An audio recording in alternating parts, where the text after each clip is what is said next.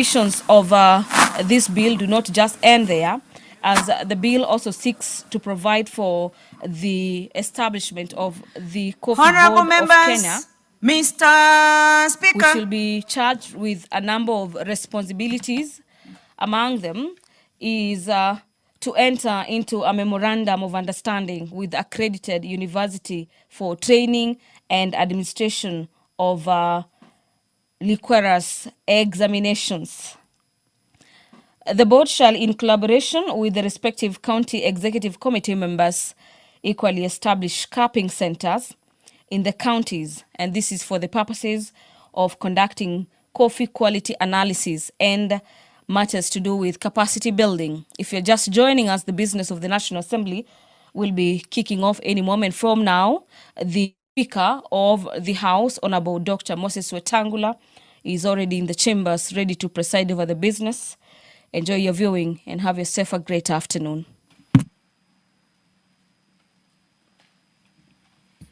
Waheshimiwa, tuombe.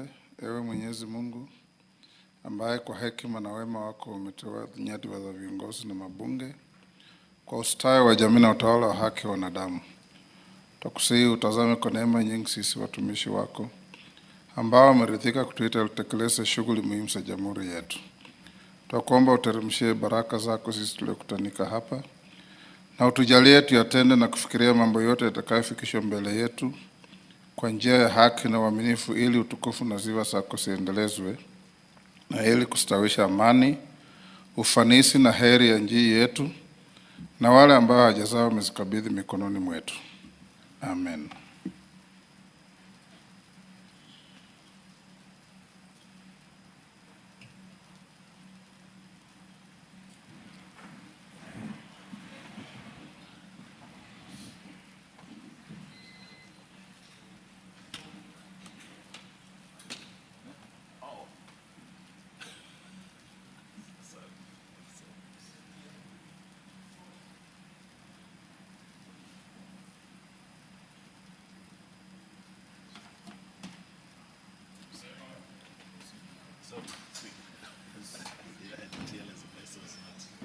Sergeant, ring the quorum bell.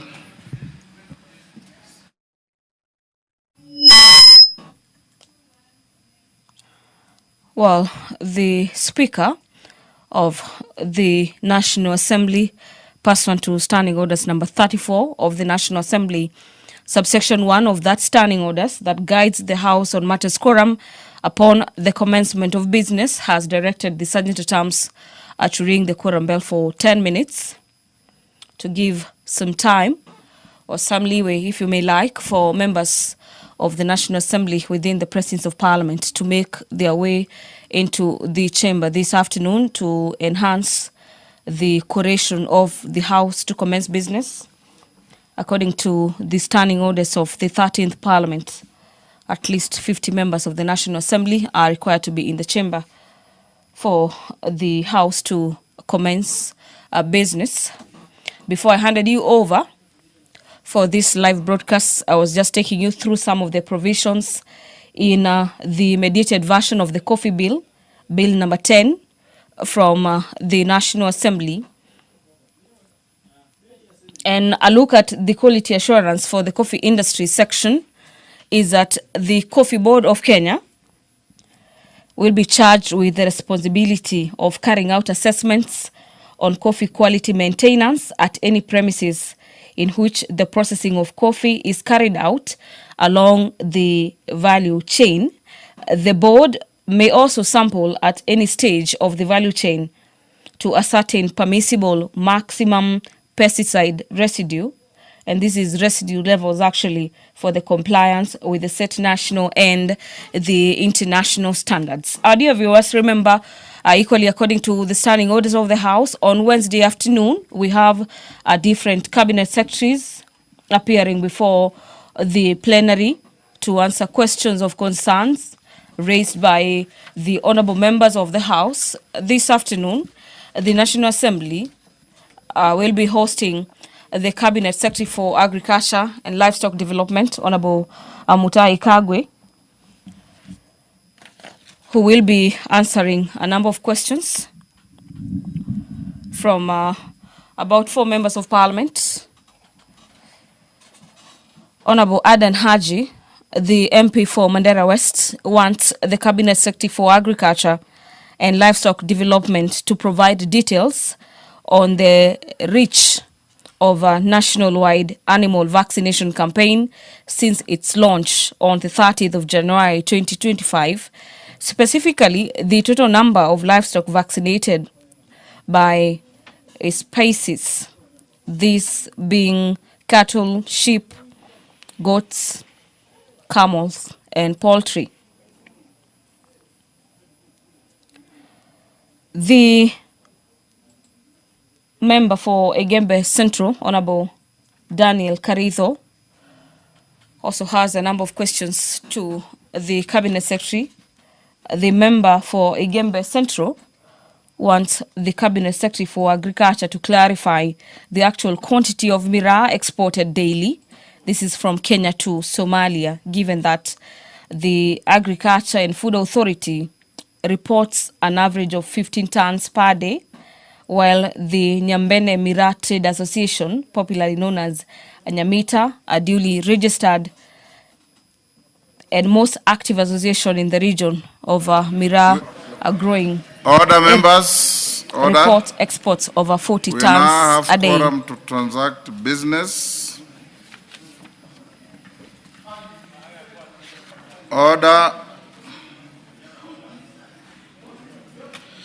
Order number 1, administration of oath. Order number 2, communication from the chair. Order number 3, messages.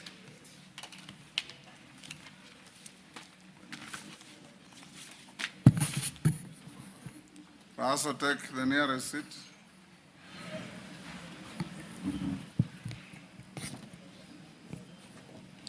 Honorable members, I have a message from the executive on the nomination of a person for appointment as the Director General of the Financial Reporting Center.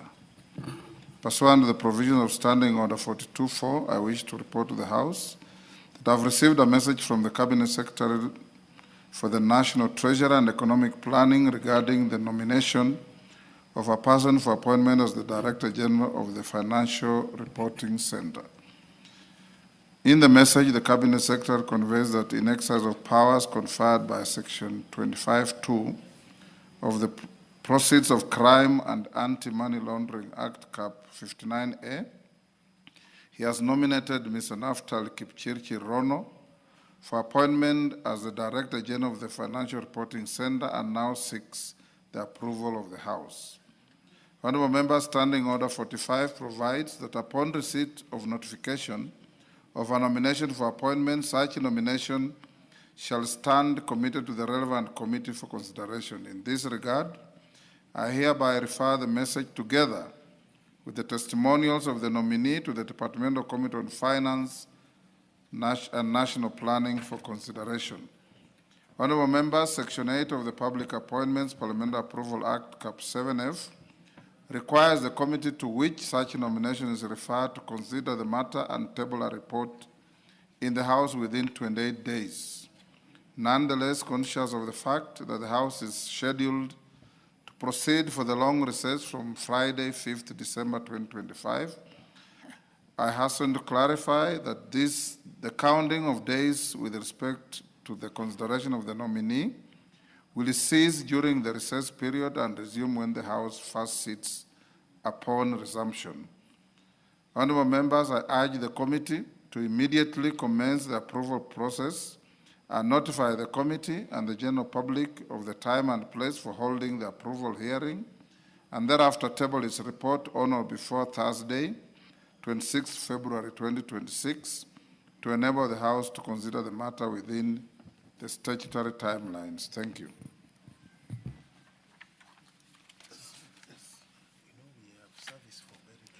Order number 4, petitions.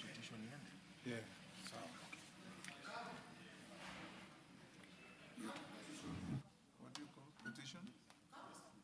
Caroli?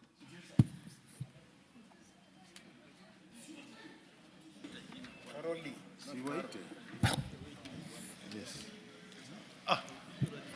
minute.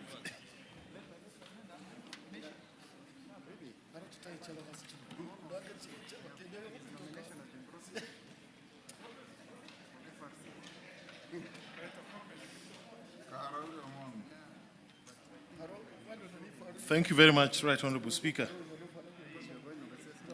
Public petition number 28 of 2025 regarding the status of ownership of LR number 7545/3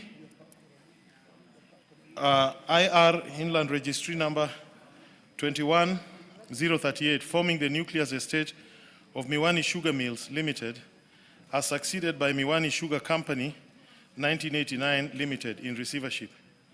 I, the undersigned, on behalf of Mr. Charles Owino Sewe of Post Office Box number 390040-100 Kisumu and concerned resident of Miwani in Kisumu County, draw the attention of the House to the following.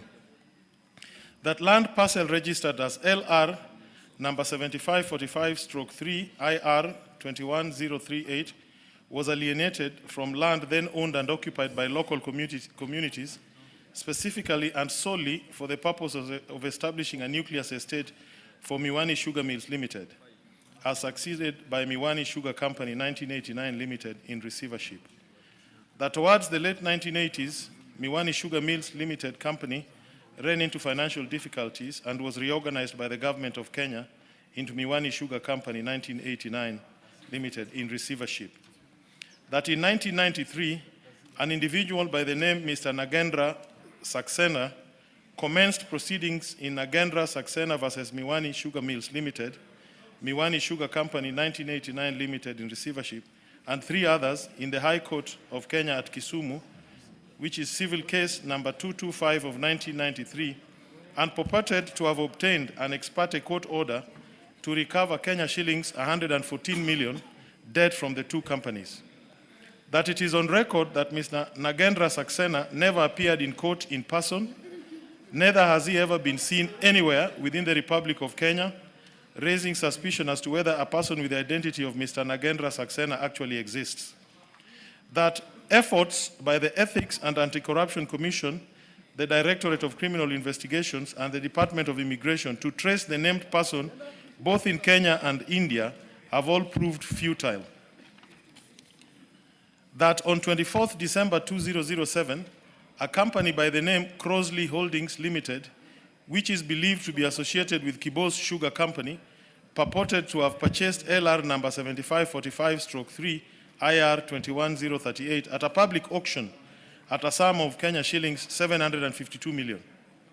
That the said public auction was supposedly conducted pursuant to the judgment made in Nagendra Saxena versus Miwani Sugar Mills Limited, Miwani Sugar Company 1989 Limited in receivership, and 3 others by the High Court of Kenya at Kisumu in civil case number 225 of 1993. That no evidence has ever been produced by the parties to the public auction as to whom the Kenya shillings 752 million was ever paid, and by whom, and the method of payment, raising suspicion on the authenticity of the purported auction and the payment claimed to have been made. That in a subsequent Court of Appeal case, Nagendra Saxena versus Miwani Sugar Mills Limited, Miwani Sugar Company 1989 Limited in receivership, and 3 others, civil appeal number 261 of 2008 at Kisumu, the Court of Appeal issued its decision on 29th July 2011, nullifying the purported public auction conducted on 24th December 2007, and the subsequent transfer of LR number 7545/3 IR 21038 to Crosley Holdings Limited. That further, the Court of Appeal affirmed that the land LR number 7545/3 IR 21038 belonged to Miwani Sugar Mills Limited and Miwani Sugar Company Limited in receivership. That notably, Lady Justice Olga Sewe, then in charge of the judiciary in Kisumu, had testified that the court order on which the auction was based was a forgery, and that the entire case file on which it was based could not be traced in the court records. That following the Court of Appeal decision, the Deputy Court Registrar, believed to have orchestrated the forged court order and oversaw the fraudulent auction of the land, was subsequently removed from the judiciary and charged alongside Crosley Holdings Limited and its directors and employees on 22nd October 2010 by the DPP and EACC via Kisumu Chief Magistrate Court Criminal Case number 429 of 2010 for conspiracy to defraud and fraudulent acquisition of public property. That despite the Court of Appeal decision on 11th April 2025, the Principal Secretary for the State Department for Agriculture wrote to the Kenya Sugar Board as receiver managers of Miwani Sugar Company 1989 Limited in receivership, asking the board to sign a consent recognizing Crosley Holdings Limited as the owners of LR number 7545/3, IR 21038.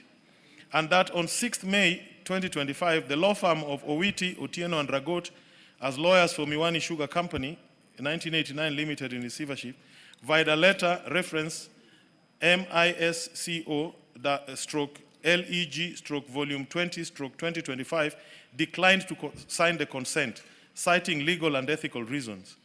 That efforts by the petitioner concerned residents of Miwani and the Miwani Sugar Company Limited in receivership to safeguard the public land from fraudulent acquisition by private entities have not yielded positive solution. That the matter presented in this petition is not pending before any court of law or any constitutional legal body. Therefore, your humble petitioners pray that the National Assembly, through the Public Petitions Committee, to inquire into the matter and 1. Establish the status of the ownership of LR number 7545/3 IR 21038 and determined and makes appropriate recommendations to the Cabinet Secretary for the National Treasury and the Cabinet Secretary responsible for Agriculture and the Attorney General should take jointly and severally to protect and preserve LR number 75/45/3 IR 21038, a public asset owned by Miwani Company Limited.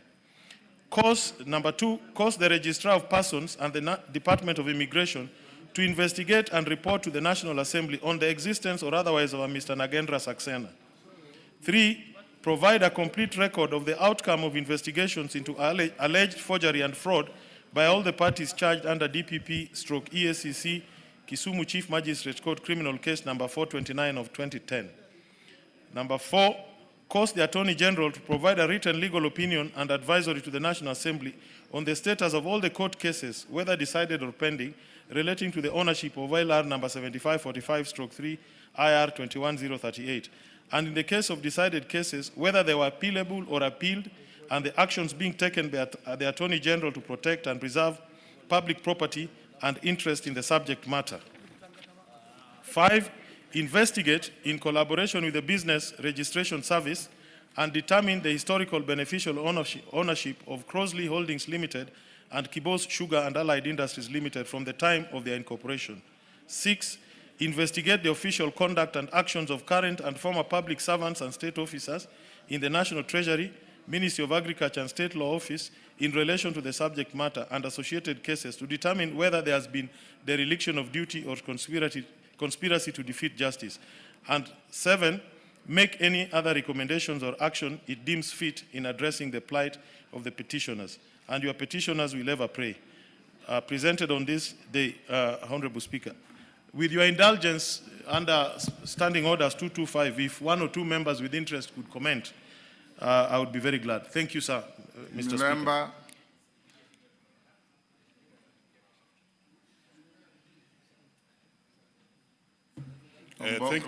Thank you, Honorable Speaker, and thank you, Honorable, for that particular petition. Honorable Speaker, it's good that this House did a law recently on how the former parastatals and other state-owned bodies can be dealt with if they have to transit from what they were to private. But more importantly, Honorable Speaker, are those sugar factories in the sugar belt. So that story will not only end with Miwani. I happen to have grown up in the sugar belts and I know Miwani. The mass of land involved is massive, Honorable Speaker, and that will easily extend to Chemelil, Muhoroni, and other environs.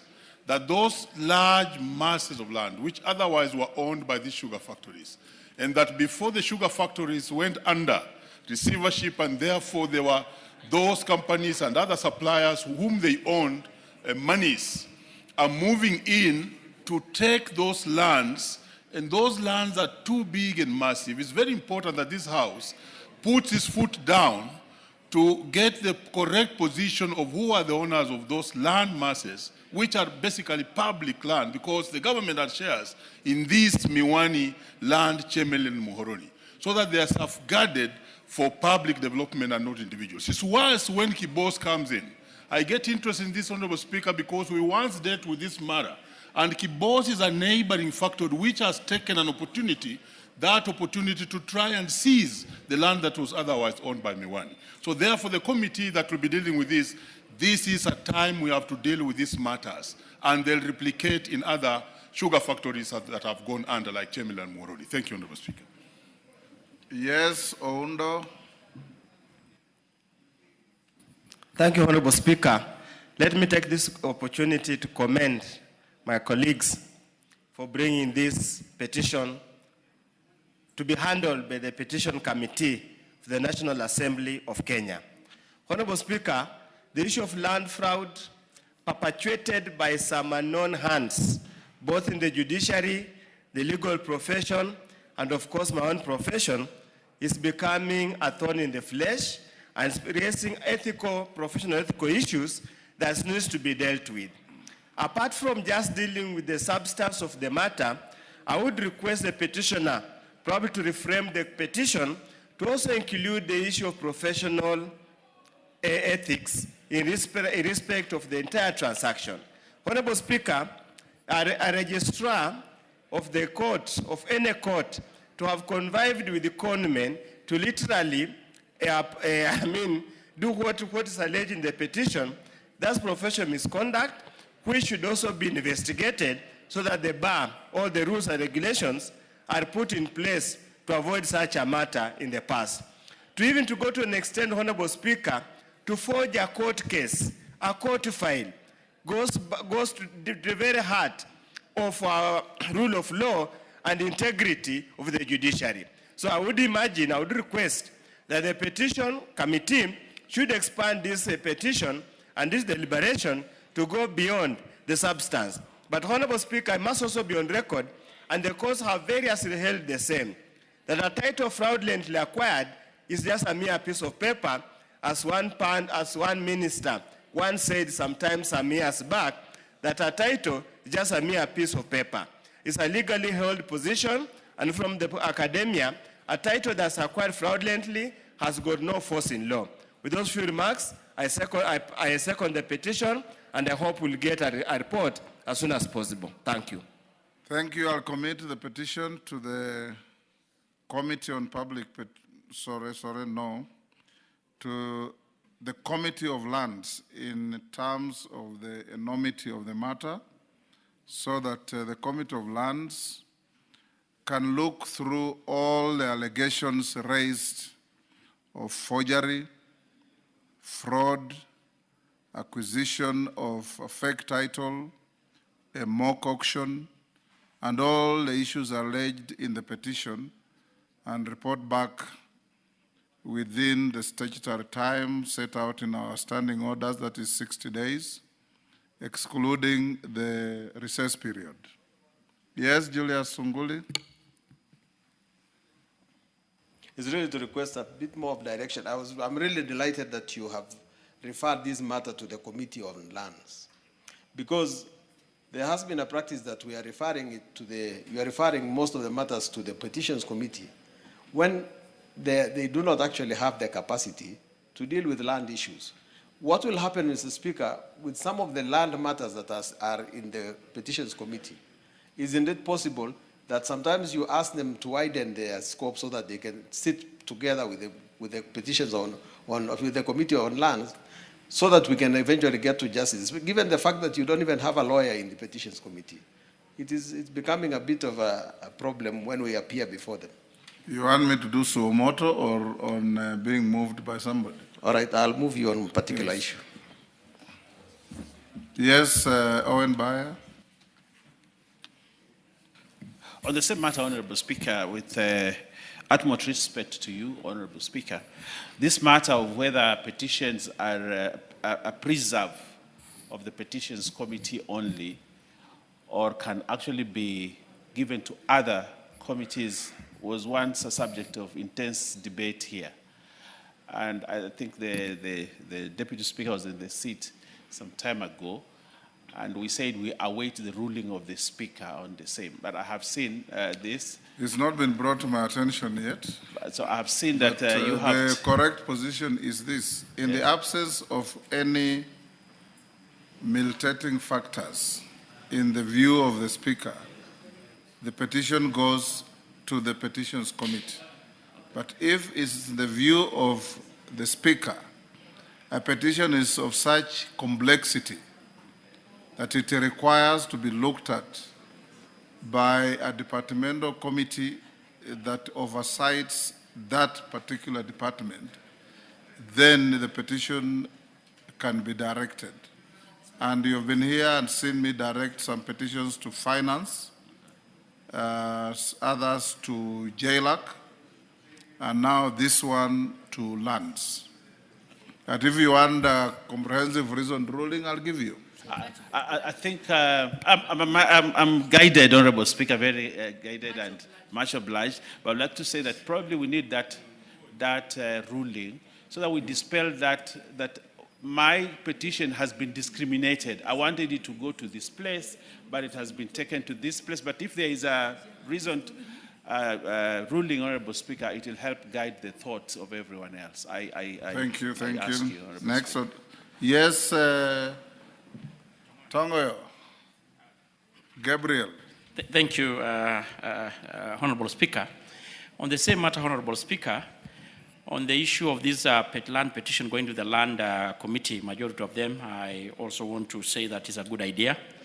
And in particular, in this case, Honorable Speaker, we had a case that went through the land committee on an issue concerning the land in Mara, known as Orkiombo. And it was the PS and the CS appeared before the committee. And I think the interrogation, the investigation of the committee can only be complete if they visit the Mara. And Honorable Speaker, it should not be lost to us that the issues of land are so emotive, and in particular in Narok, one of the biggest causes of conflict, even including where Sunguli comes from, has been land issue. So kindly, Honorable Speaker, I need your indulgence. It has taken quite a bit of time, about now 2 months. The committee seems not to be, I don't know what is happening.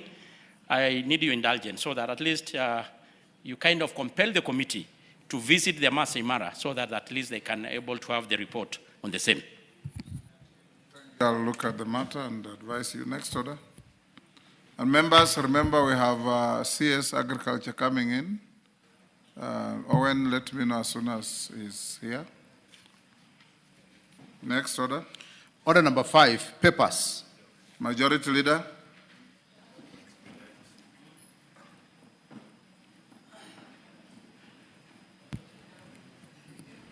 Honorable Speaker, I beg to lay the following papers on the table of the House today, Wednesday, 3rd December 2025, afternoon sitting.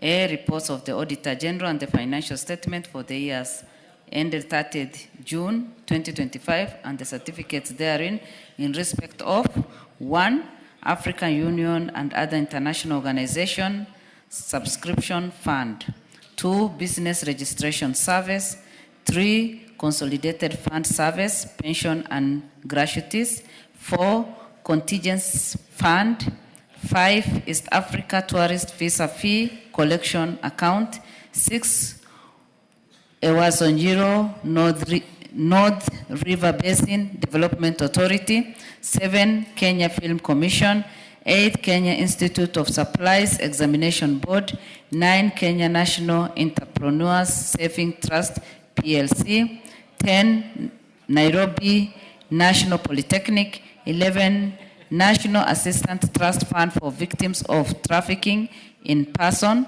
12, National Defense University Kenya, 13, National Government Constituencies Development Fund, 14, National Land Commission Staff Car Loan Scheme Fund, 15, Office of the Controller of Budget, 16, Office of the Registrar of Political Parties, 17, Petroleum Training Levy Fund, 18, Receiver of Revenue Statement 19, registration of certified public secretariat board. 20, revenue statement of the pension department, the National Treasury. 21, roads and annuity fund. 22, SACCO Societies Regulatory Authority. 23, Scrap Metal Council, SMC. 24, Special Economic Zone Authority. 25, Tourist Promotion Fund. And 26, Uwezo Fund and Oversight Board. B, reports of the Auditor General and financial statement for the year ended 30th June 2025, and the certificates therein in respect of the following constituencies: Buri, Eldas, Igembe North, Kieni, Manyata, Rongai, Sotik, Daraka, Tigania East, Tigania West, Wajir East, Wajir South, and 13 Wajir West. Thank you, Honorable Speaker, and I lay. Mr. Pasaris, leader of delegation to Pan-African Parliament. She's not here. Chairperson, Select Committee on Implementation, Wanjala.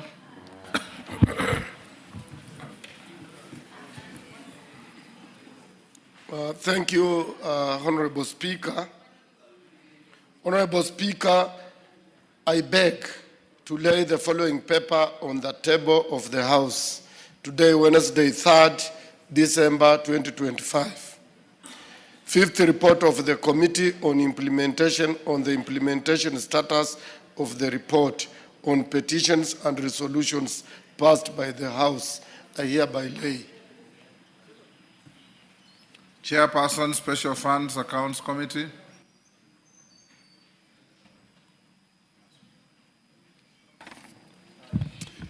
Thank you, Honorable Speaker, for the opportunity. Honorable Speaker, I beg to lay the following papers on the table of the House today, Wednesday, 3rd December 2025. Reports of the Special Funds Account Committee on its consideration of the following. 1.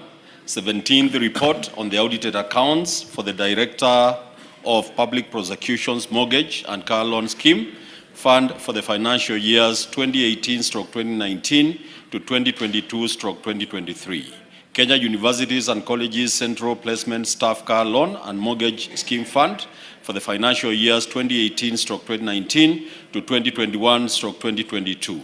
Public Service Commission Staff Car Loan and Mortgage Scheme Fund for the financial years 2017-2018 to 2022-2023, and the National Land Commission Car Loan and Mortgage Scheme Fund for the financial years 2020-2021 and to 2021-2022. And 18th report on the audited accounts for the Cooperative Societies Liquidation Account Fund for the financial years 2018-2019 to 2022-2023, and the Management and Supervision Fund for the financial years 2018-2019 to 2022-2023. I beg to lay. Thank you. Chairperson, Public Petitions Committee.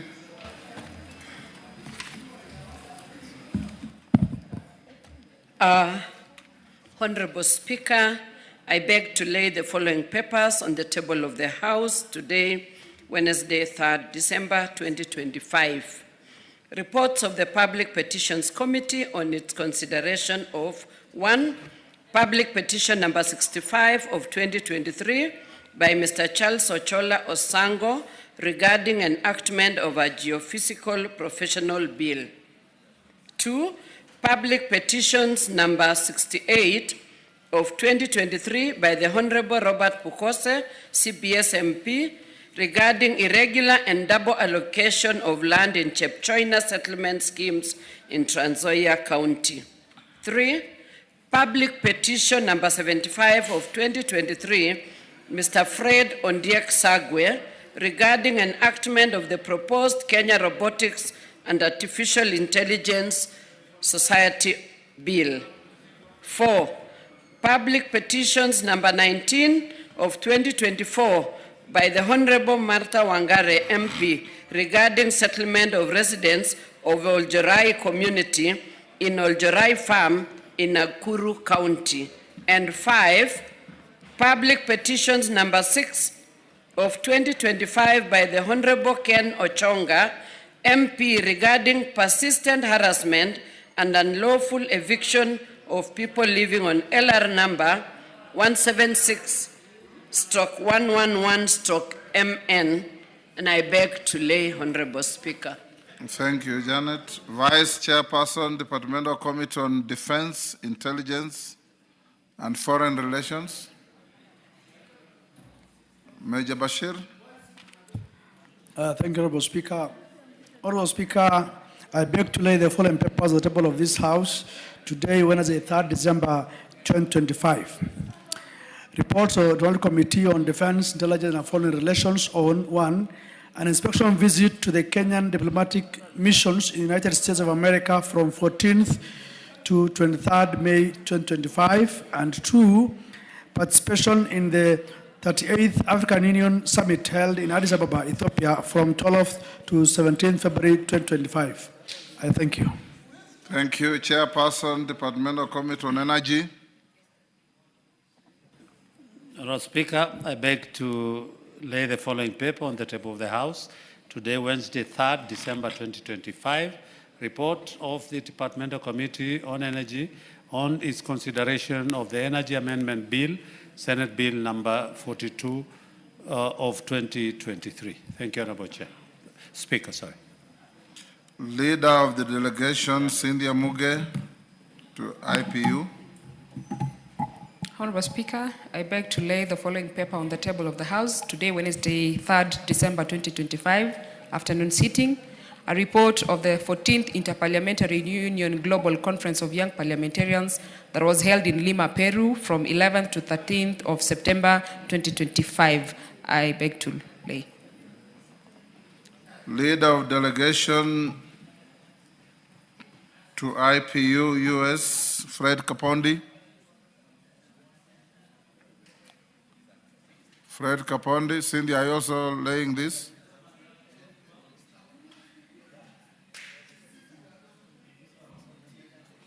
Muge, are you also concerned with this?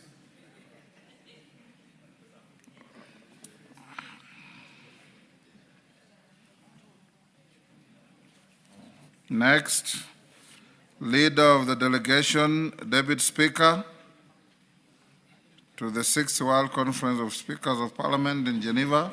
Thank you, Right Honorable Speaker. Honorable Speaker, I beg to lay the following paper on the table of the House today, Wednesday, the 3rd December 2025, being the report of the Kenyan delegation to the 6th World Conference of Speakers of Parliament held in Geneva, Switzerland from the 29th to the 31st of July 2025. Thank you, Honorable Speaker.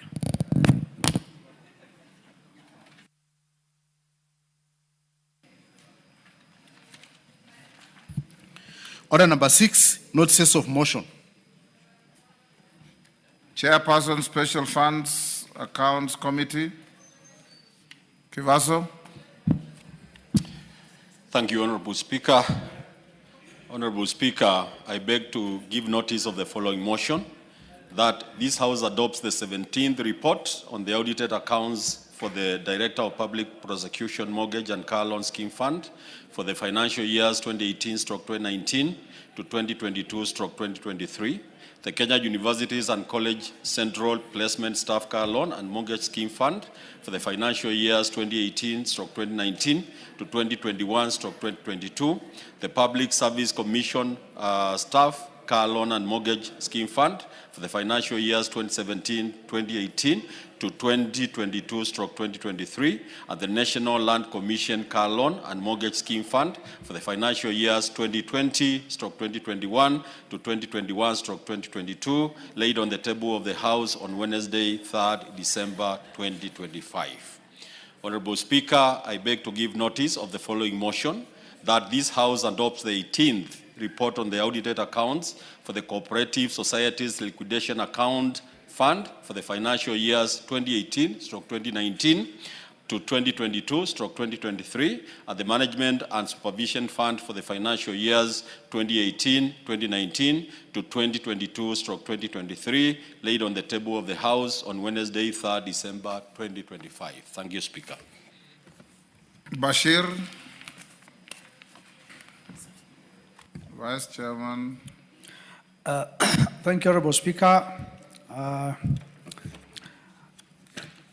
I beg to give notice of the following motion, that this House adopts the report of the Royal Committee on Defense, Intelligence and Foreign Relations on inspection visit to the Kenyan diplomatic missions in the United States of America from 14th to 23rd May 2025, laid on the table of the House on Wednesday, 3rd December 2025.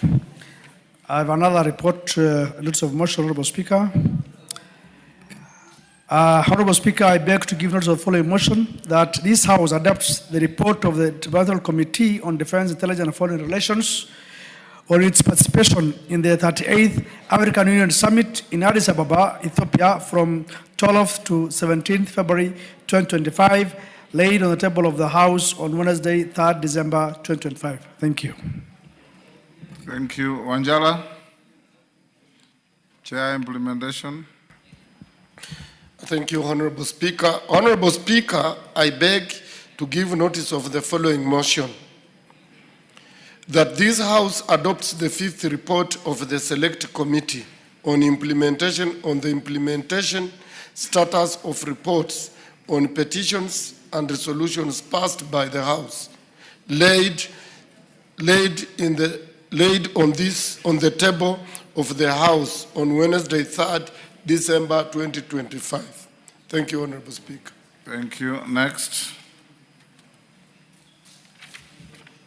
Honorable, as they call the next order, Owen Bayer. If the Minister for Agriculture is within the precincts, you can cause him to come in. Next order. Order number 7, questions and statements.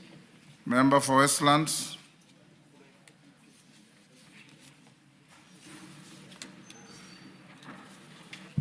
Thank you, Honorable Speaker. Honorable Speaker, pursuant to provisions of Standing Order 43.1, I wish to make a general statement regarding the commemoration of the International Day of Persons with Disabilities 2025. Honorable Speaker, today, Wednesday, 3rd December 2025, the global community marks the International Day of Persons with Disabilities under the theme, Fostering Disability Inclusive Societies for Advancing Social Progress. On this auspicious day, the Kenya Disability Parliamentary Association, KEDIPA, is pleased to join persons with disabilities, caregivers, organizations of persons with disabilities, and partners across the country and the world at large in affirming our shared commitment to building an inclusive, accessible, and just society for all. Notably, Honorable Speaker, this year's theme, Fostering Disability Inclusive Societies for Advancing Social Progress, is both a call to action and reflection of our national progress in advancing disability inclusion. An inclusive society is the foundation upon which genuine social and economic development is built. It is society where every citizen, regardless of ability, can participate, contribute, and thrive. For the case of Kenya, this vision has been greatly advanced through the recent passage of the Persons with Disabilities Act 2025, a landmark legislation that modernizes and evolves our national disability framework and aligns it with the Constitution and the United Nations Convention on the Rights of Persons with Disabilities. Honorable Speaker. You are done? Not yet. Honorable Speaker, as KEDIPA, we proudly laud the steadfast leadership of Parliament in championing, shaping, and passing this transformative act. The commitment demonstrated by members of Parliament, both in national and the Senate, affirms Kenya's dedication to equal rights, dignity, and expanded opportunities for persons with disabilities. The Act is now in its initial phase of implementation, ushering in a renewed era of accessibility, inclusive governance and social protection, equity in employment, political participation, and strengthened institutions' accountability. Honorable Speaker, conscious of the fact that true measure of this important legislation will be proven in full effective implementation, Katiba calls upon the House of Parliament to exercise their critical oversight role to ensure that all ministries, state departments, county governments, and public institutions domesticate and operationalize the provisions of the Act without delay. Equally, we urge this House to prioritize adequate budgetary allocations during the immediate cycle of national budgeting, including a supplementary budget in the first instance, so as to avail adequate funds for full implementation of the Act. Honorable Speaker, as part of Parliament's progressive journey towards disability inclusion, Katiba also reiterates its long-standing recommendations that Parliament establishes a disability mainstream unit dedicated to championing inclusive practices within the parliamentary service and legislative processes. Among other benefits, such a committee will ensure full accessibility to parliamentary precincts and marshalling disability responsive lawmaking across all sectors, championing systematic inclusion of persons with disabilities in parliamentary programs, employment, and public participation, and strengthening monitoring and reporting accountability mechanisms for disability rights of the national and county levels. Honorable Speaker, on this International Day of Persons with Disabilities, Katiba reaffirms its unwavering commitment to working with Parliament, government agencies, development partners, civil society, communities to ensure that the disability inclusion is not an afterthought but a foundation pillar in Kenya's development agenda. We believe that social progress cannot be achieved if millions of Kenyans with disabilities remain excluded from national decision and economic participation and social services. Honorable Speaker, I urge members of this House to model the way as we move toward with the unity, agency, and boldness of entrenching disability inclusivity. Let us foster a Kenya where every person is valued, supported, and empowered to contribute to our shared prosperity. This is not merely our legal obligation, it is our moral duty. Today, together, we can and must build a society where inclusion defines our politics, our development, and our national identity. I thank you, Honorable Speaker. Thank you, honorable members. I join everybody. Yes, you want to comment on this? Yes. Raso, 1 minute.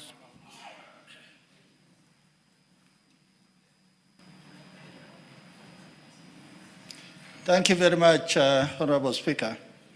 Honorable Speaker, I want to appreciate Honorable Tim Wanyonyi for his statement.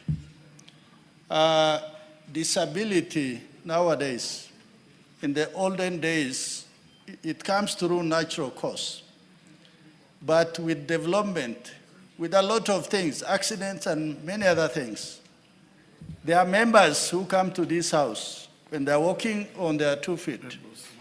But by circumstances, they actually go back home on wheelchair.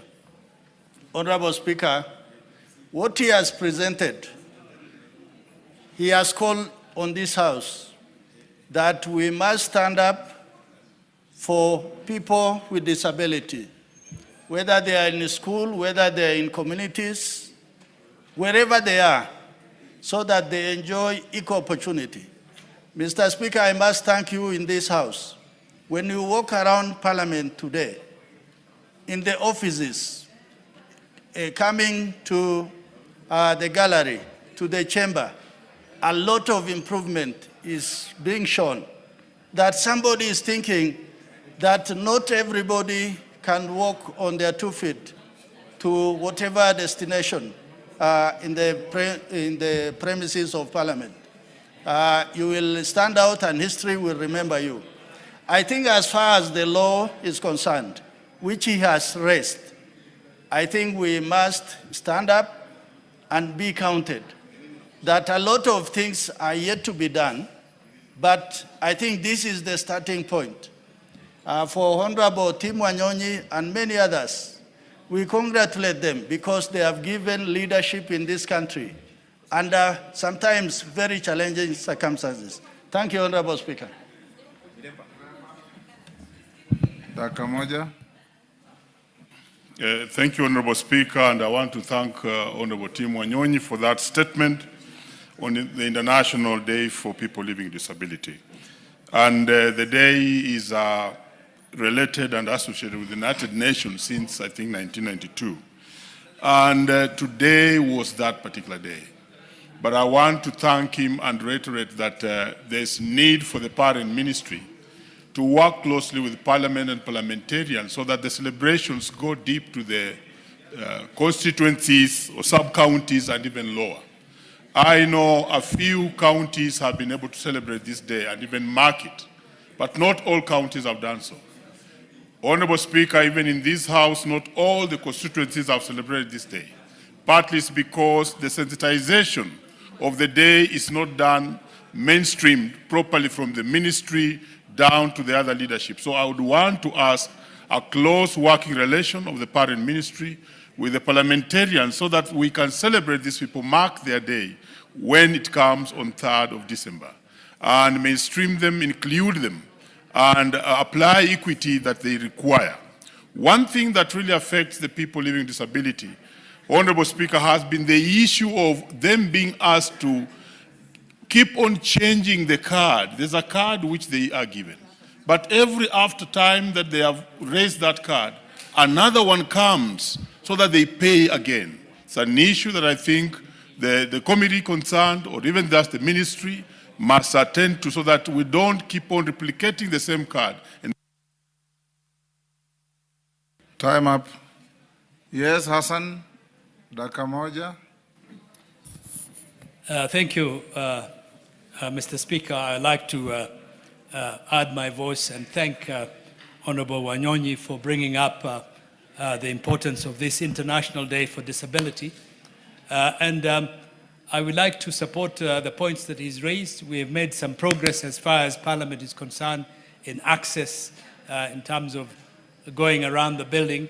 But I am also hopeful that you would carry out some of the changes that would be required in this chamber to bring the people, members of Parliament with disability, more closer so that they can be more visible and have easier access to participating in the deliberations of the House. But the point that I wanted to emphasize is that I am on the Committee for National Cohesion, and we have looked at the way Kenyan corporations and government departments deal with people with disability. And we have found out that, in fact, hardly any Kenyan government ministry or parastatal fulfills the constitutional requirement of having 5% of their workers from people with disability. And to a certain extent, the mentality of these agencies or heads of these departments is that people with disability are unable, they're not able to do work. But disability is not inability.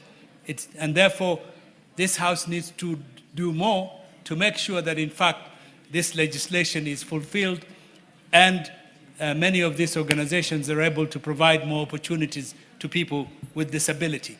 I also agree with the question of the card. Time up. Harold Kipchumba.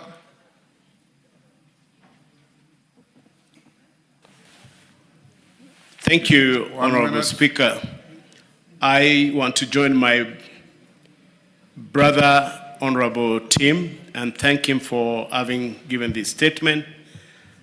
As I join other persons with disabilities in celebrating this day, is a day that we want to bring to the attention of the people that disability is no longer a charity affair, it's a developmental agenda. And I want also to just celebrate the many caregivers, and specifically today, mothers of children with cerebral palsy, with autism, and many other children that still lie at home and will never be able to leave their beds, and they'll need the care.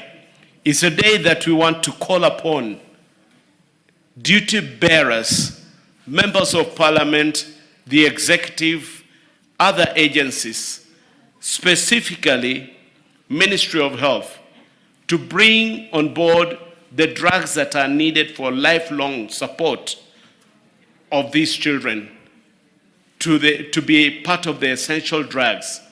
I want to call upon the insurance companies to bring in therapies, to pay for occupational therapy, physiotherapy, which is lifelong and very expensive.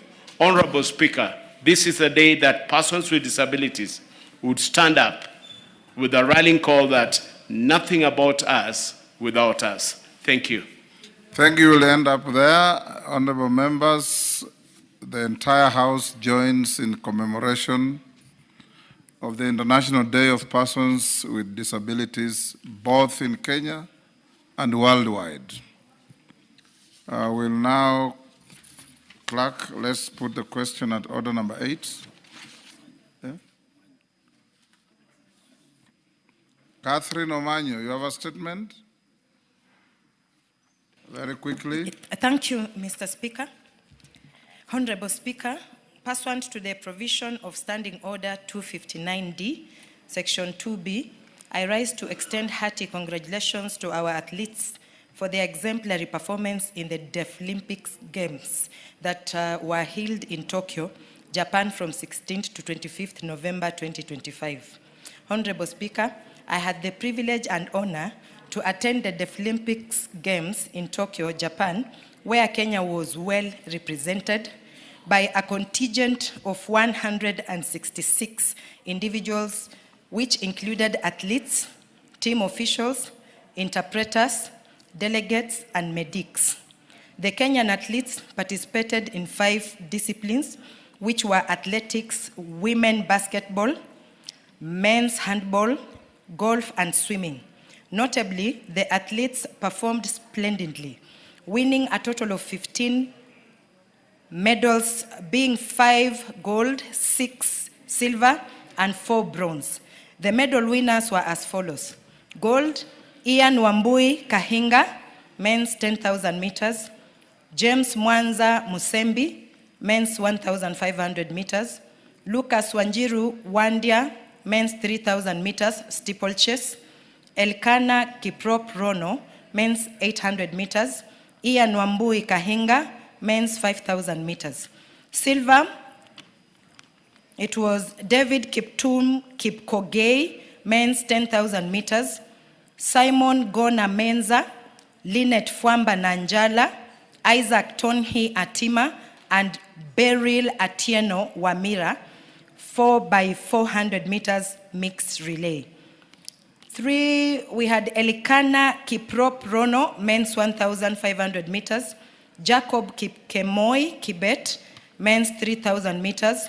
James Mwanza Musembi, men's 5,000 meters. And David Kiptum Kipkogei, men's marathon. Bronze winners were Sharon Bitok, Jeptarus, women's 1,500 meters. Sarah Wangari Kimani, women's 10,000 meters. Nelson Rotich Kipkorir, men's 5,000 meters. Viola Jelimo, women's 5,000 meters. Notably, Honorable Speaker, Mr. Ian Wambui Kahinga, one of the gold medalists, not only broke the world record, but also the Deaflympics record in the 5,000 meters in a record time of 13 minutes, 52 seconds. This outstanding performance further elevated Kenya's standing, firmly asserting the country's dominance at the 2025 Summer Deaflympics. Honorable Speaker, however, it is concerning that as our athletes represented the country with dedication, they encountered logistical challenges, including delayed exchequer disbursements that led to the late payments for accreditation and meals, necessitating alternative arrangements for accommodation, meals, and transport. Meal allowances were also remitted in phases rather than in full, causing further inconvenience. To mitigate such issues going forward, I wish to urge the Ministry of Sports to ensure that they follow up and fully facilitate all teams representing the country internationally. Further, the ministry should strengthen collaboration with the Kenya Sports Federation for the Deaf and support educational institutions serving deaf learners to enhance sports development and talent identification from an early age. I also urge this House to continue supporting our sports persons, particularly those with disabilities. I thank you, Honorable Speaker. Thank you, Omanyo. Clerk, call out order number 8. We dispose it of. Order number 8, motion. Consideration of session of paper number 5 of 2023 on the national policy on labor migration. Question to be put. Order, member on her feet. Take your seat.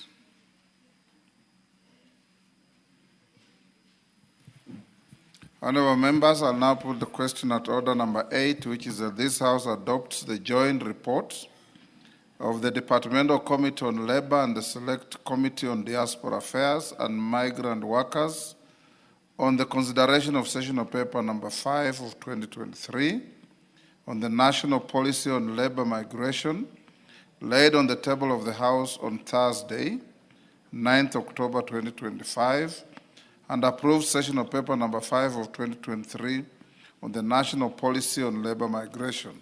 As members of that opinion say aye. Aye. Will those of the contrary opinion say nay? The ayes have it. We go back to order number 7, CS for Agriculture. The Honorable Senator Mutahi Kagwe is in the House. You recall, honorable members, Senator Kagwe was supposed to appear before this House on 19th November 2025. He did not appear, and the House was quite concerned about his non-appearance and the fact that some junior officer in his ministry wrote to our clerk explaining that he was engaged elsewhere. Honorable Kagwe has, however, written a letter to the Speaker dated 20th November 2025, explaining the circumstances that led to his inability to appear on the 19th. The letter is copied to the Prime Cabinet Secretary, Head of Public Service, our Majority Leader, and the PS for Parliamentary Liaison, and the Clerk. The Speaker has read the letter appreciated the explanation, and we forgive the minister for not appearing and accept his explanation. That matter rests there. We now go to the questions of the day. Minister, we have been requested by the Honorable Dorothy Ikiara to be given an indulgence on the ordinary questions to ask question 082 of 2025 first, because she has some urgent matter to go to together with the Honorable Carrido. Is he in the house? Yes, question number 084. So I'll invite Dorothy Kiara to ask question 082 of 2025. Thank you, Honorable Speaker. Honorable Speaker, I rise to ask question 082 of 2025. Could the Cabinet Secretary explain the criteria used to determine the rates of annual bonuses paid to tea farmers across the different regions and factories in Kenya? 2, state the measures taken by the ministry to ensure that all tea farmers receive fair, uniform, and transparent bonuses based on their production levels. 3, provide a timeline within which the ministry will address the disparity to ensure that tea farmers across the country are treated fairly.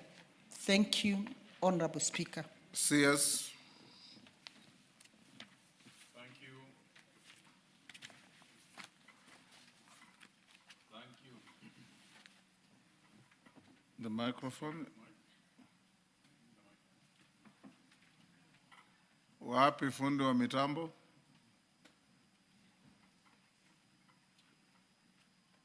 Clerk.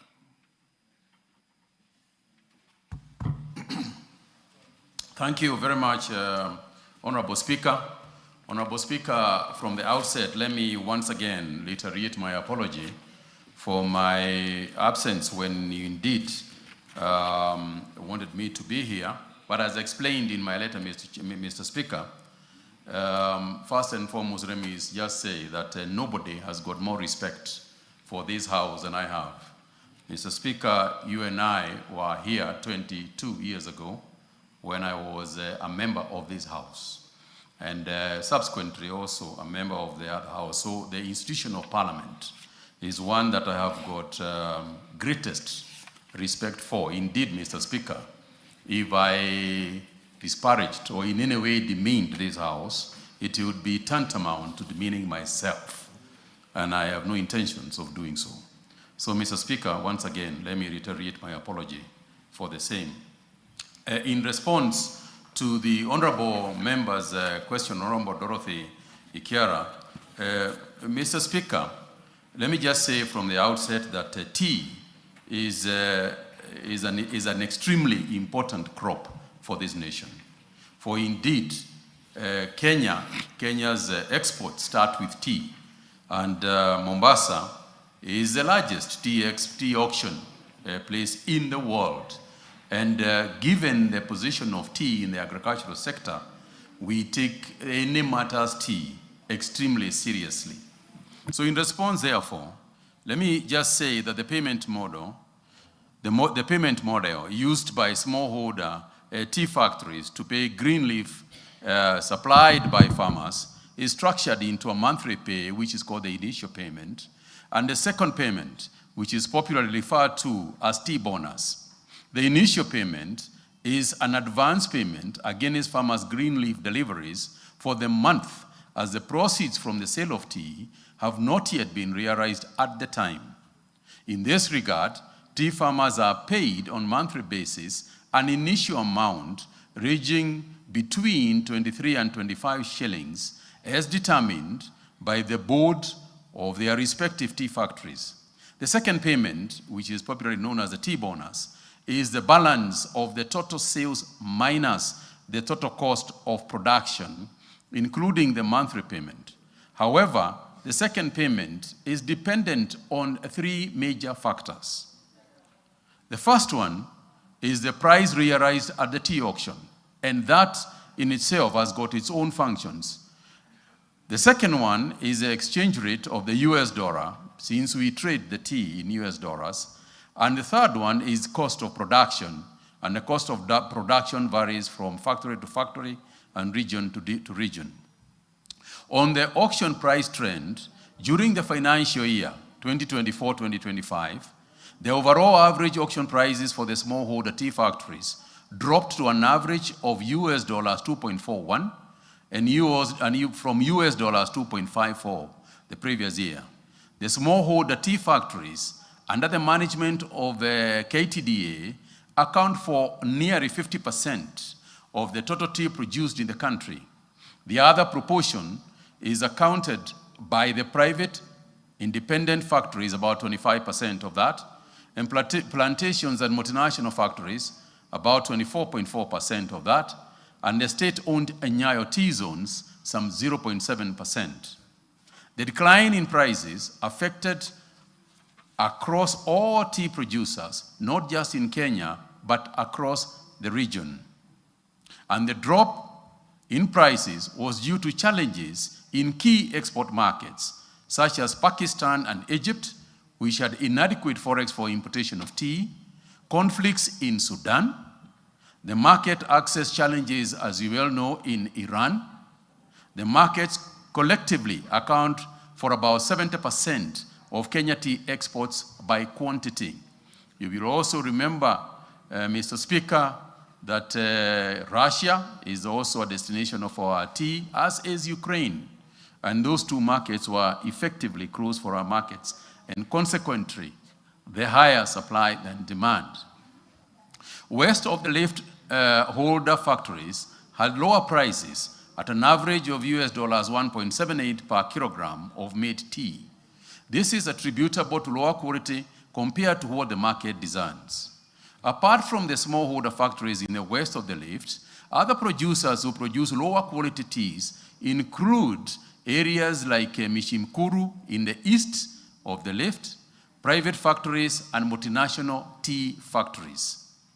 Indeed, Mr. Speaker, it might be worth noting here that the smallholder tea factories always produce higher quality, irrespective of the region, than the larger plantations. Buyers prefer tea with brighter liquors and good flavor and uniformly graded and blackish physical appearance. These attributes are ascertained through organoleptic tea testing and virtual method, which is the conventional mode of testing tea across auction centers in the world, Sri Lanka, India, and Mombasa. This method is also used in ascertaining the quality of other beverages such as coffee and alcoholic beverages such as wine. Many of the international buyers have preferred factory garden marks that suits their consumer taste preferences. Mr. Speaker, if you look at the weighted average of auctions for small tea priorities by the region, in the financial years 2021-2022, east of lift fetched about 2.87 against 2.54, with an average of 2.71 across the country. In the year 2022-2023, east of the lift fetched 2.84, west of the lift 2.47, with an average price of $2.67. In the year 2023-2024, east of the lift was 3.02, west of the lift was 1.99, with an average price of 2.54. East of the lift in 2024-25 was 2.95, west of the lift 1.79, with an overall average of 2.41. The weighted average auction prices for the private and multinational tea factories in the same period in 2022 was 2.05, 2023 1.67, 2024 1.46, and 2025 1.59. Mr. Speaker, let me also highlight, I spoke about the exchange rate and the reason why there was a differential. You will recall, Mr. Speaker, that during the financial year 2024-2025, the shilling weakened to the dollar to exchange at a rate of 129.56 from 1.44 0.10 in the previous year, 2023-2024. So if you look at the exchange rates, then you'll realize that in 2021, it was about 111. In 2022, it was 126. In 2024, it went to 144. And in 2024-2025, 129. Mr. Speaker, besides the quality and the exchange rate, the cost of production also affects how much money is eventually paid to the farmers, particularly in the last payment, which we are calling the bonus. In the financial year 2024-2025, the average cost of production went up to Kenya shillings 112.96 per kilogram of made tea from 104.93 in the financial year 2023-2024. The cost of production was higher in the west of the lift than in the east of lift. That is 134.34 compared to 102.26. Due to the higher administrative costs occasioned by poor corporate governance practices, such as high numbers of board meetings, overemployment in tea factories, as well as factory operational inefficiencies. Mr. Speaker, I have given there in my report the cost of production per kilogram of made tea with a comparison of both regions, as I have established from the average that I have given. So therefore, in terms of the payment to the farmers, in financial year 2024-2025, the payments to the farmers dropped to an average of 56 shillings per kilogram of green leaf from an average of 64 shillings per kilogram of green leaf in the financial year 2023-2024 and Kenya shillings 59.02 in the financial year 2022-2023. The drop in payments of about 12.5% was attributable to the combined effects of the lower prices, weak average payments in Kenya shillings per kilogram of green leaf ranges, and I would like to give a comparison from 2021 to 2022.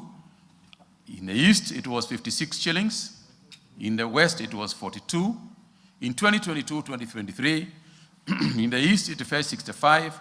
In the west, 51 shillings. My apologies. Mr. Speaker, in 2023-2024, in the east, it fell 78 shillings versus 49 shillings in the west,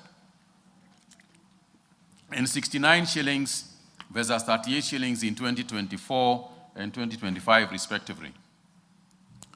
The west of leaf factories received the lower payments at an average of 38 shillings compared to 69 shillings for the east due to lower prices and relatively higher cost of production. For tea farmers in the west of the rift to get higher prices of made tea, like counterparts in the east of the rift, Rwanda, or indeed even some of the east factories, for example, some of the west factories, for example, Momul tea factory in Kericho, which fetched even higher than the prices in some of the factories in the east. We have to deliberately improve the quality of green leaf.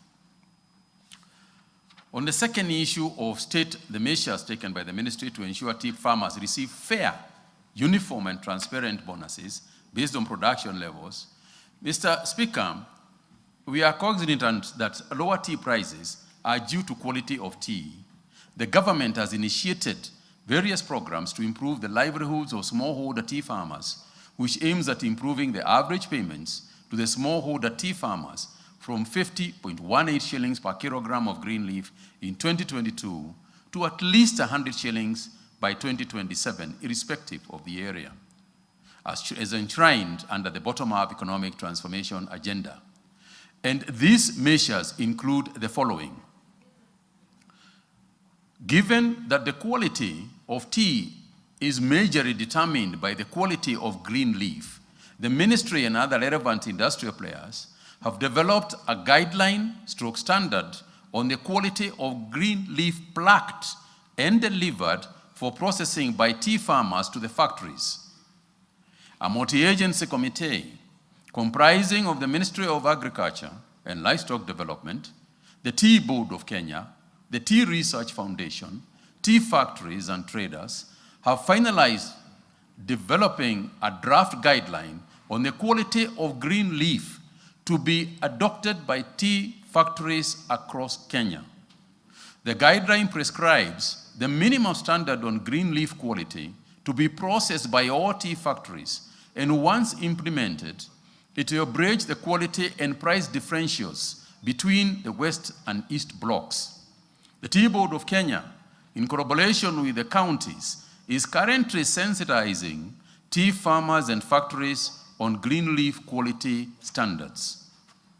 Secondly, over the years, the evaluation of tea in Mombasa has been based on organoleptic testing methods adopted by tea brokers and tea buyer exporters. Notably, organoleptic method of ascertaining the quality has been used for a long time by tea producers and tea buyers globally. However, this method has been subject to suspicion from some quarters, especially farmers who have been agitating for a more objective and verifiable method of tea evaluation. In view of the above, the Tea Board of Kenya is in the process of establishing a quality analysis laboratory facility in Mombasa to validate the tea quality and safety of teas in 3 aspects. Number 1, the analytical testing of teas based on 3 sets of parameters, namely the physical quality parameter, which I explained earlier, the microbiological parameters, heavy metal contaminants, and pesticide residues, and emerging contaminants. These are the 3 analytical testing tea methods that will be used. The second one is a scientific verification of teas offered for sale at the auction to determine the evaluation based on the quality by ascertaining the levels of nitrogen, polyphenols, and ash content, which have scientifically been proven to be correlated with sensory attributes. Finally, number 3 is a sensory evaluation of tea. The Tea Board of Kenya will eventually carry out sensory evaluation of teas as part of quality assurance activities to complement the scientific testing of tea to be used in determination of price. Civic and civil works for the laboratory are complete, and equipping the lab is ongoing to facilitate its operationalization. We request the National Assembly in this regard to also support allocation of funds necessary to fully operationalize the laboratory. Number C is strategic tea quality improvement programs. This program is aimed at assisting tea factories with lowest tea quality to improve and meet the market requirements. It entails, Mr. Speaker, conducting blind testing of teas from all licensed tea factories for evaluation and ranking. Then, selecting 15 lowest ranked tea factories in quality for inclusion in the quality improvement program. The sensitizing of the tea farmers and the factory management on the standards of the green leaf is a crucial part of that process, and as is undertaking on-site capacity building trainings with tea makers for black CTC and orthodox teas. The program has been running for 2 years now, and it is expected that by the end of 5 years, most tea factories producing, quote, plainer to medium quality teas will have transited to above average or premium teas. These teas are in turn expected to fetch better prices, as has been the case with the performance of some tea factories in the West Block. And as I said earlier, Momu is an excellent example in Kericho County, whose green leaf quality is strictly adhered to as a plucking and handling culture. Number 4 is the removal of the reserve price. The reserve price, introduced in July 2021, was meant to guarantee tea growers a minimum return. However, it was removed in September 2024 due to challenges of the quality reserve price mismatch that created further challenges of depressed demand and accumulated of unsold stocks. Following introduction of reserve price, farmers reverted to maximizing on quality through plucking of substandard green leaf as opposed to observing green leaf standards. Since the removal of the reserve price, the absorption of teas offered for sale at the auction has increased and significantly reduced the accumulated stocks from 103 million bags to the normal market levels of about 30 million kilograms. 103 million kilograms to 30 million kilograms.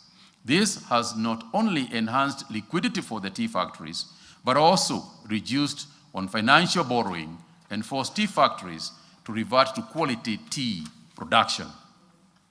Mr. Speaker, we have to modernize the factories.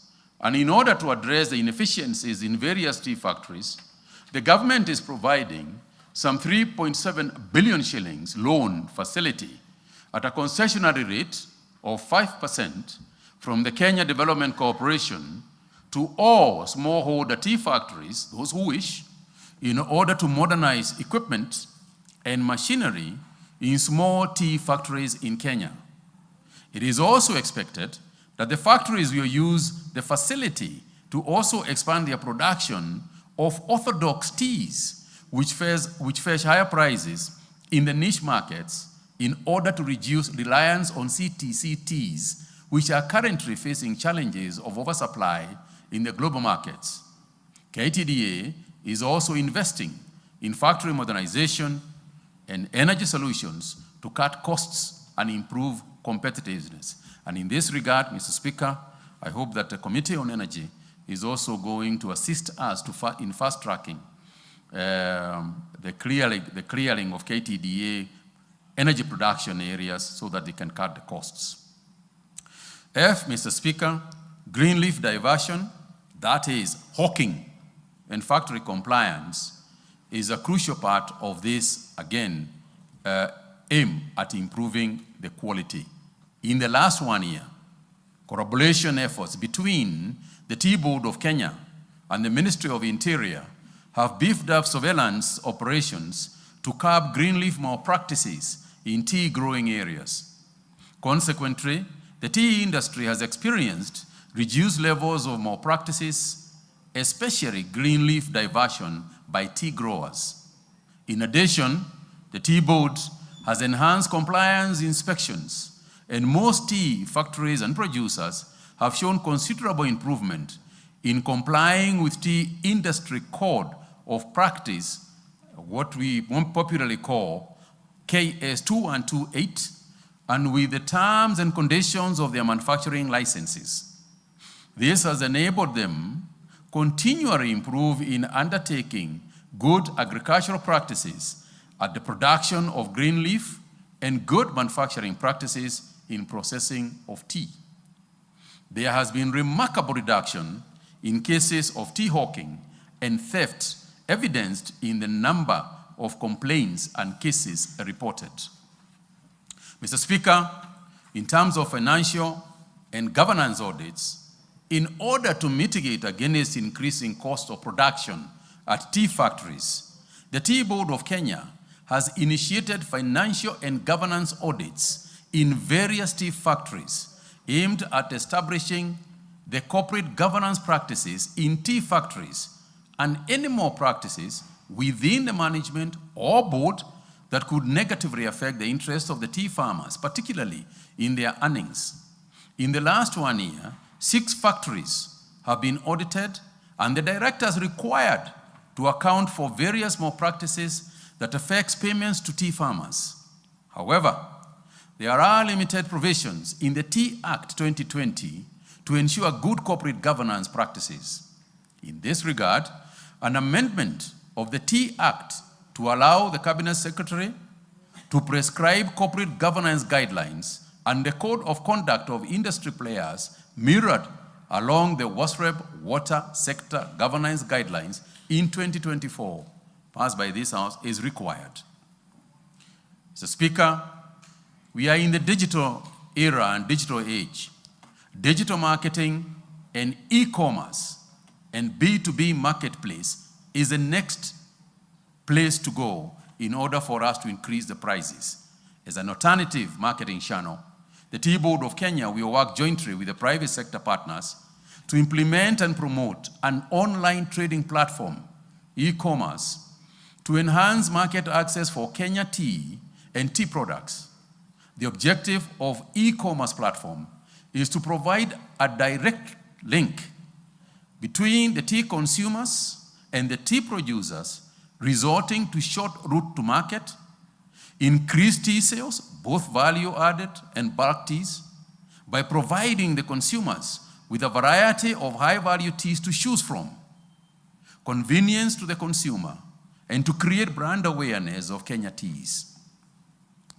Mr. Speaker, we have also enhanced diplomacy and marketing initiatives.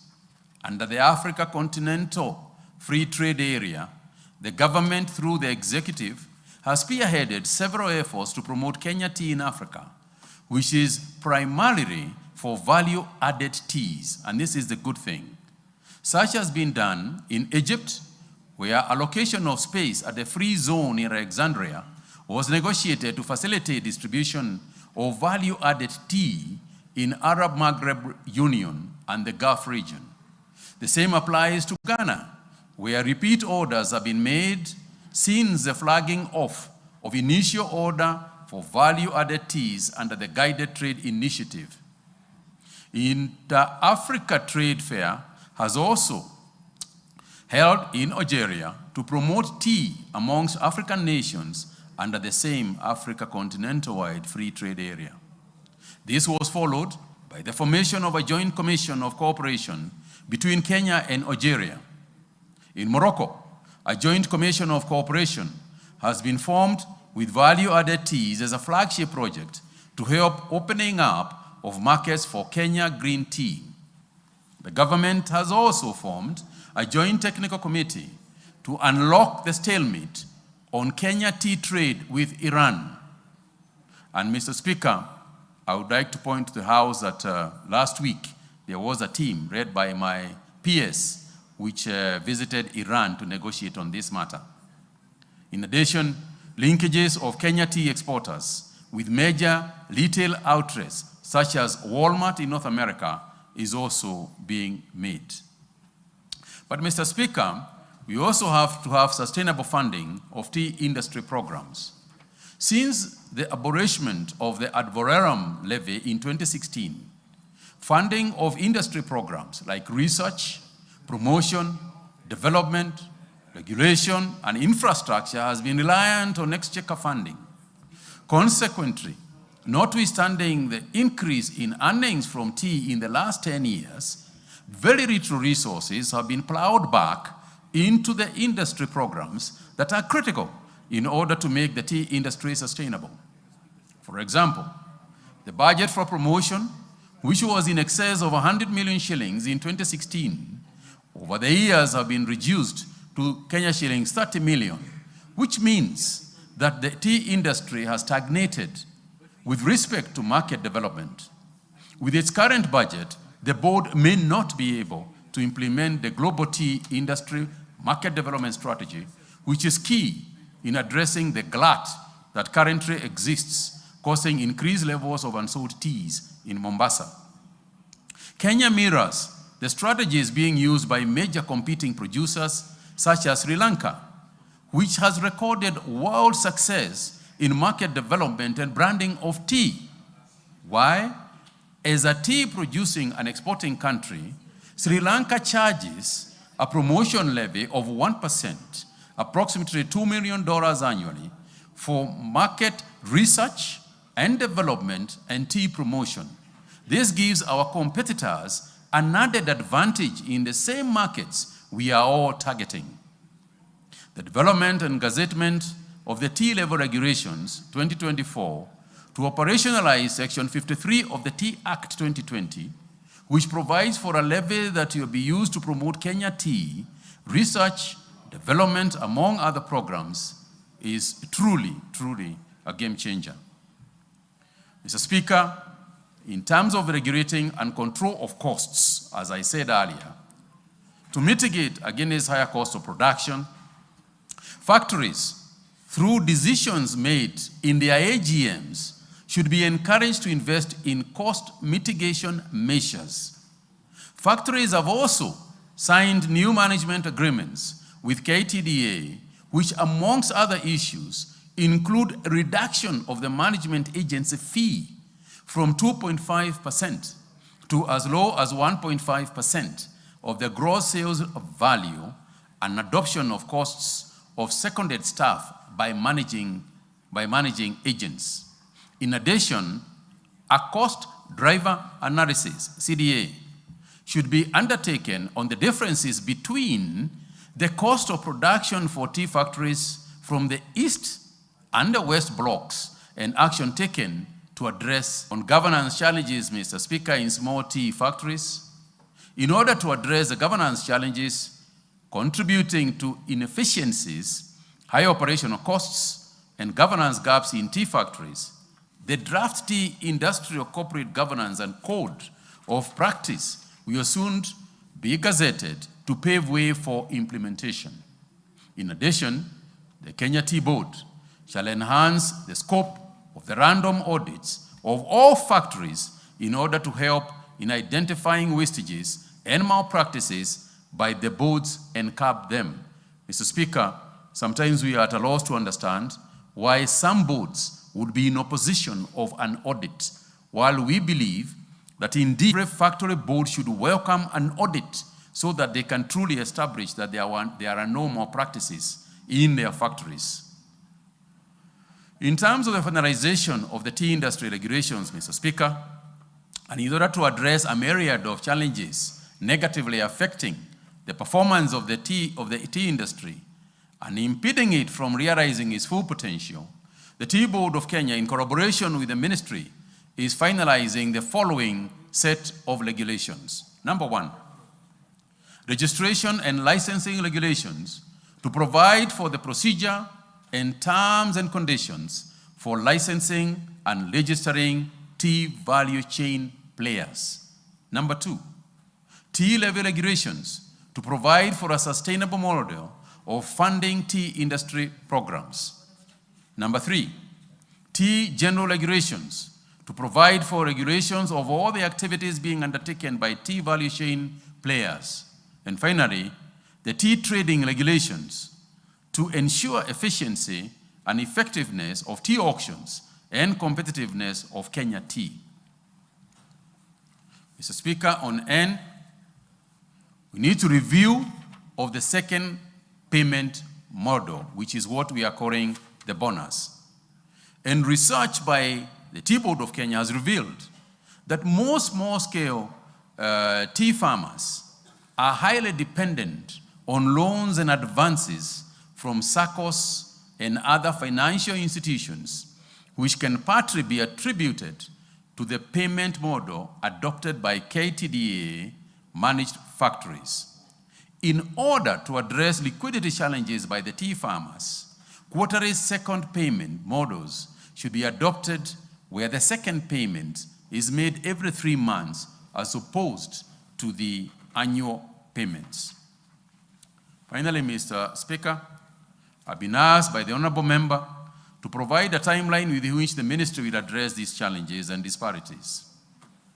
Mr. Speaker, on the issue of green leaf quality guidelines, this is a continuous exercise. On the establishment of a laboratory for quality analysis and tea testing, we believe that between July 2024 and by June 2026, this will be done. On strategic tea quality improvement programs, this is a continuous exercise even as I speak. On the removal of tea reserve, that was done sometime in September in 2024. On the modernization of factories, again by June 2026, we hope that this will be at least ongoing. On the green leaf diversion and hawking stoppages, this is a continuous exercise. On the financial and governance audits, again, by June of 2026, we will continue to do so, but that will also be a continuous exercise moving forward. And on the digital marketing and e-commerce, we hope to launch this by June of 2026. The diplomacy and marketing initiatives that we have are also continuous, as is the regulation and control of costs, and indeed also the governance challenges in smallholder tea factories. In terms of sustainable funding of tea industry, again, Mr. Speaker, and the programs on tea levy, this is by June of 2026. And we hope to finalize the tea industry regulations again by June of 2026 and review the second payment model with a gazette notice again by June of 2026. Mr. Speaker, I submit.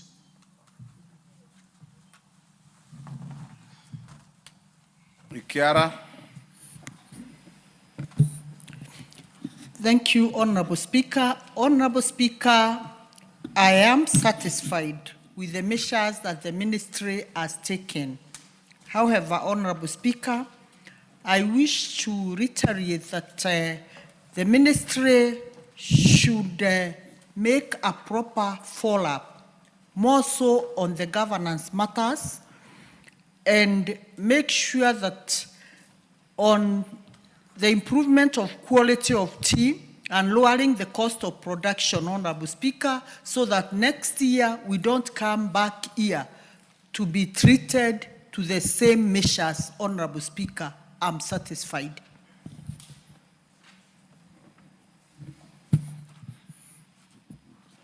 Minister, in addition to that, there is a committee. Actually, most of the members who raised the issue on tea bonuses are not here.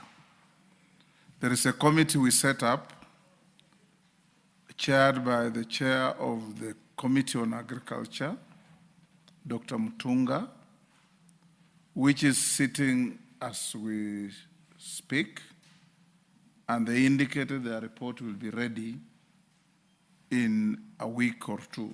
We close committee activities on the 15th. So this matter being what it is, we'll await the outcome of the committee. We'll share with you the report, and we may, if necessary, call you back on that particular issue if members so wish. Since the questioner is satisfied with the answer you've given, let's go to the question of Carrido. Yes, Mr. Speaker, let me confirm to the honorable member that indeed this exercise we are going to actually emphasize on. And Mr. Speaker, on the issue of the committee, indeed the chair has been in touch with us, yes. And we proposed that before the report is made, it might be a good idea to spend some little time with us so that we also inform policy issue on the report, if that is okay. Thank you, Mr. I will allow members who come from the tea growing areas, both east and west of the Rift, to meet you and look at the report together. Then they can inform the House. Question 084 of 2025, Daniel Carrido, Igembe Central. Thank you, Mr. Speaker. Mr. Speaker, I rise to ask this question.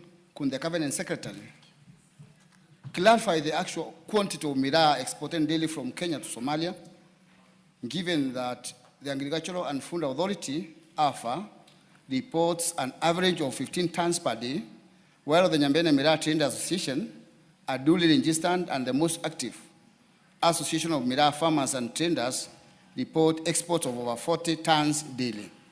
Second, explain why official data on miraa exports to Somalia remains inconsistent and unreliable despite the continuous export since July 2022, and how this has affected trade negotiations and policy decisions between the two countries. 3, state the measures being undertaken by the ministry to ensure accurate reporting of miraa export data, safeguard government revenue, and promote equitable support for the miraa sector in terms of research, marketing, infrastructure, and budgetary allocation. Thank you, Mr. Speaker.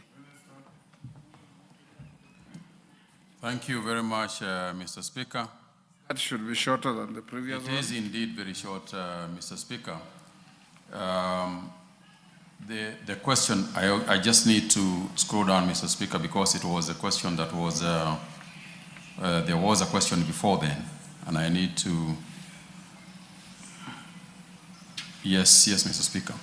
Mr. Speaker, let me just open by very quick remarks to say and to inform the House that cat, popularly known as miraa in Kenya, is a major cash crop for Kenya and consumed and used for trade for decades. There are about 110,000 farmers growing cat in about 360,000 acres, benefiting over 1.4 million people who are engaged directly or indirectly in that farming.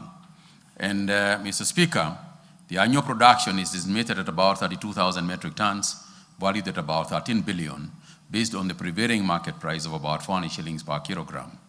About 80% or 90% is consumed locally and the rest is exported to different destinations.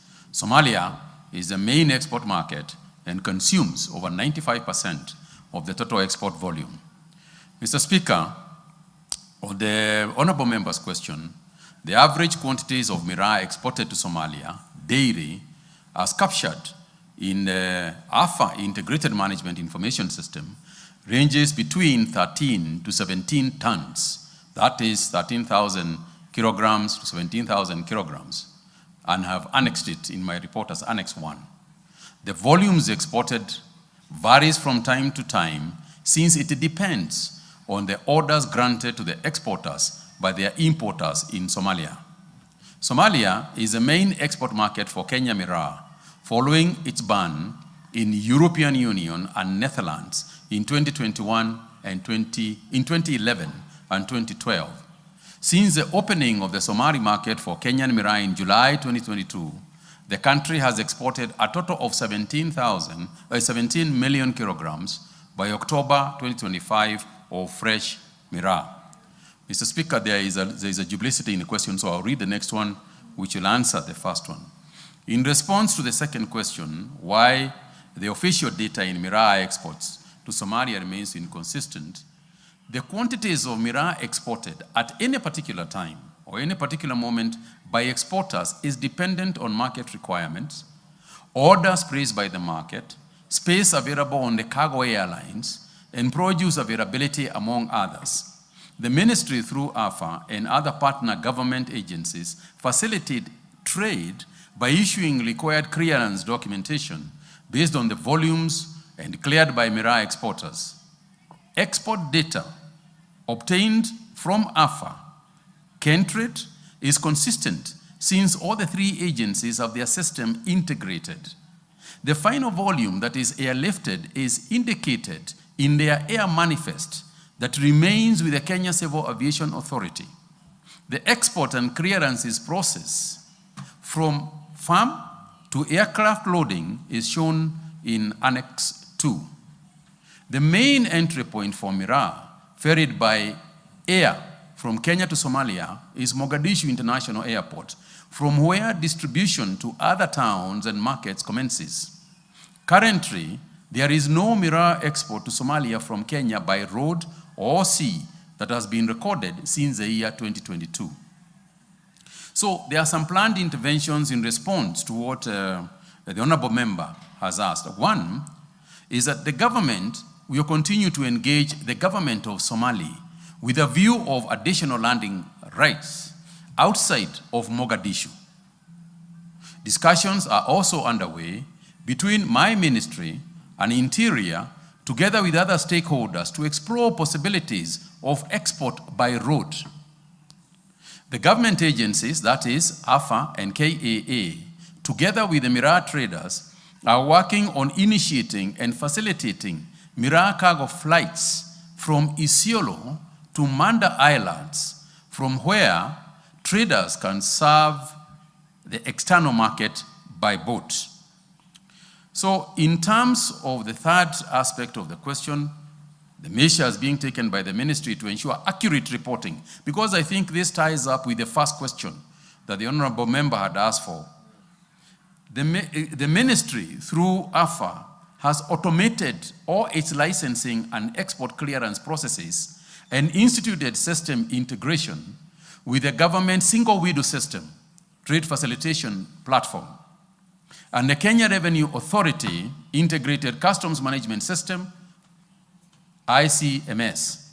This has aided in removing the human intervention in data capture and verification. I repeat that, Mr. Speaker, the human intervention in data capture and verification. The following additional measures must be implemented to ensure that data is synchronized and possible loopholes are sealed. First, Mr. Speaker, a set of all airway bills and flight manifests to be availed to AFA and Customs KRA for export data reconciliation. Second, Mr. Speaker, all Miraa shipments for exports will be inspected by KEFIS so that they too conform to good sanitary and phytosanitary standards before leaving the country and the data captured thereof. Number 3, Mr. Speaker, there shall be crop inspectors from AFA to verify during the packaging and weighing in for export at the airport.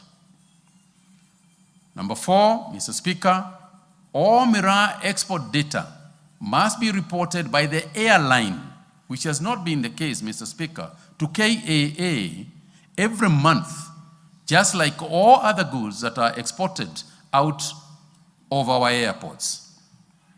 So in terms of the measures being undertaken by the ministry to support also the Miraa sector in terms of research, marketing, and infrastructure, since the scheduling of Miraa as a crop in 2016, the ministry has continued to mainstream Miraa as a commercial agricultural enterprise in Kenya, and in particular in Miraa growing regions of Meru, Embu, Tharaka Nithi. The ministry has supported Miraa/Mogoka value chain with infrastructure in Meru, Tharaka Nithi, Embu counties as part of the implementation of the Miraa Task Force report. In Meru, for example, 9 boreholes, i.e. 2 in Igembe South, 3 in Igembe Central, 1 in Buri, 2 in Igembe North, 1 in Tigania East, were constructed. 4 small market sheds, 2 in Igembe South, 1 in Igembe Central, and 1 in Igembe North, and 3 market sheds in Igembe Central, in Igembe North, and in Igembe South were indeed done and supported. In Embu, 2 boreholes were constructed, 1 in Bere North, 1 in Bere South, and 5 earth dams, 2 in Bere North and 3 in Bere South, and 6 small market sheds were constructed. In Tharaka Nithi County, earth dams and 2 boreholes were constructed in Tharaka Nithi sub-county. These infrastructures are to address the main challenges of irrigation water to boost production and productivity, and markets to ensure food safety standards are met for local and international markets. The ministry further injected seed capital to the tune of 220 million to Miraa farmers cooperative societies in Meru and Embu counties. The ministry established the Miraa Research Institute under the Kenya Agricultural Livestock Research Organization, Act Cap 319, via Gazette Notice number 9365 of 17th of August 2021 to champion research in Miraa value chain. Currently, the institute is housed in Ruiru Coffee Research Institute. The ministry has further spearheaded market access initiatives locally and internationally, for instance, in Israel, Mozambique, Ethiopia, the DRC, and Djibouti. On the issue of budget allocation for development of Miraa sector, the Crops Miraa Regulations 2023 came into force in April 2023, and levies and fees were effected in 2023-2024 financial year. The authority has since collected a total of some 67 million shillings in fees and levies. That is Annex 3 of my report. The revenues collected are utilized in the development and promotion of the Miraa subsector through capacity building, supporting market access, and product development. Notably, part of the revenue generated was utilized in the trade missions in Djibouti, which culminated in the opening of the Djibouti market. Additionally, AFA supports Miraa activities, not only with revenues generated from the crop, but also from revenues generated from other scheduled crops.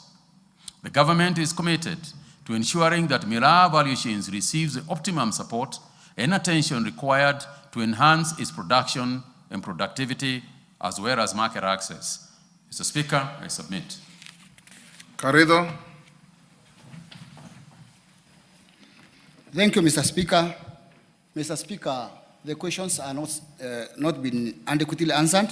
Ask you. First and foremost, I want to make it clear to Mr. Waziri that on the issue of the tons that are supplied, they are saying it's 15.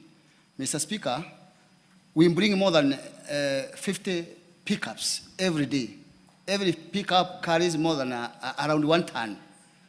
And I think the minister needs to have some clarification and report well done, because I think the information he has are not true. 40 pickups, we should be talking about 40 tons, not 13 tons. And we are denying the government revenue, because whoever is taking whatever is top of 15 is not known. Secondly, I want to make it clear to the minister that the research institute, which was started in Meru, not pick up, it's not completed, and there's nothing going on. So there is no research which is complete. Thirdly, the minister said that we have a market in Djibouti, which is not true. We don't have any market. There is no miraa going to Djibouti from Kenya. All miraa that goes to Djibouti is from Ethiopia. So we have been denied an opportunity to supply miraa in Djibouti, and the report says that we are supplying miraa in Djibouti. And the government revenue was used to establish that market, which is non-existent. So, Mr. Speaker, the report is not clear, and I think the minister should go back and clear these facts and bring a good report and truth about all these issues concerning the miraa industry. Thank you, Mr. Speaker. Farah, Malim, you note that. Mr. Speaker, I want to draw the attention of the minister to what the National Authority for the Campaign Against Drug Abuse, NACADA, has classified miraa. The study classifies miraa muguka as a drug containing the psychoactive substance cathinone and cathepine, which stimulate the central nervous system. When chewed, it has a euphoric effect. Is the minister aware that this drug is banned in the entire Western world and every other country, including the countries that are our neighbors, Tanzania, and even in Uganda? And if you're found with it in Tanzania, you spend years and years in jail. Why does the government allow a drug to destroy our people and destroy even some of our neighbors? Why can't we have an alternative to miraa and use those lands and farms for purposes of coffee and tea and other crops that are a benefit to this country and that do not destroy our people?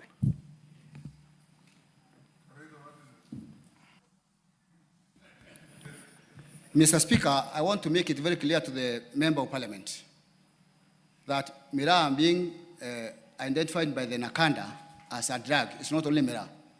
Even coffee, even beer, they have been identified by NACADA as drugs. And I think Kenyan Breweries is running openly, BAT is running openly. So it's not only miraa industry that has substances that has drug effects. In addition to that, Mr. Speaker, the cathepine and cathepine, which is in miraa, is of less effect to human beings than whatever is in tobacco. The minister question, so I want them just to do clarification to the minister, to the Member of Parliament, yes, that to the Member of Parliament that the effect of miraa on human beings are less than those of coffee, tea, and cigarettes.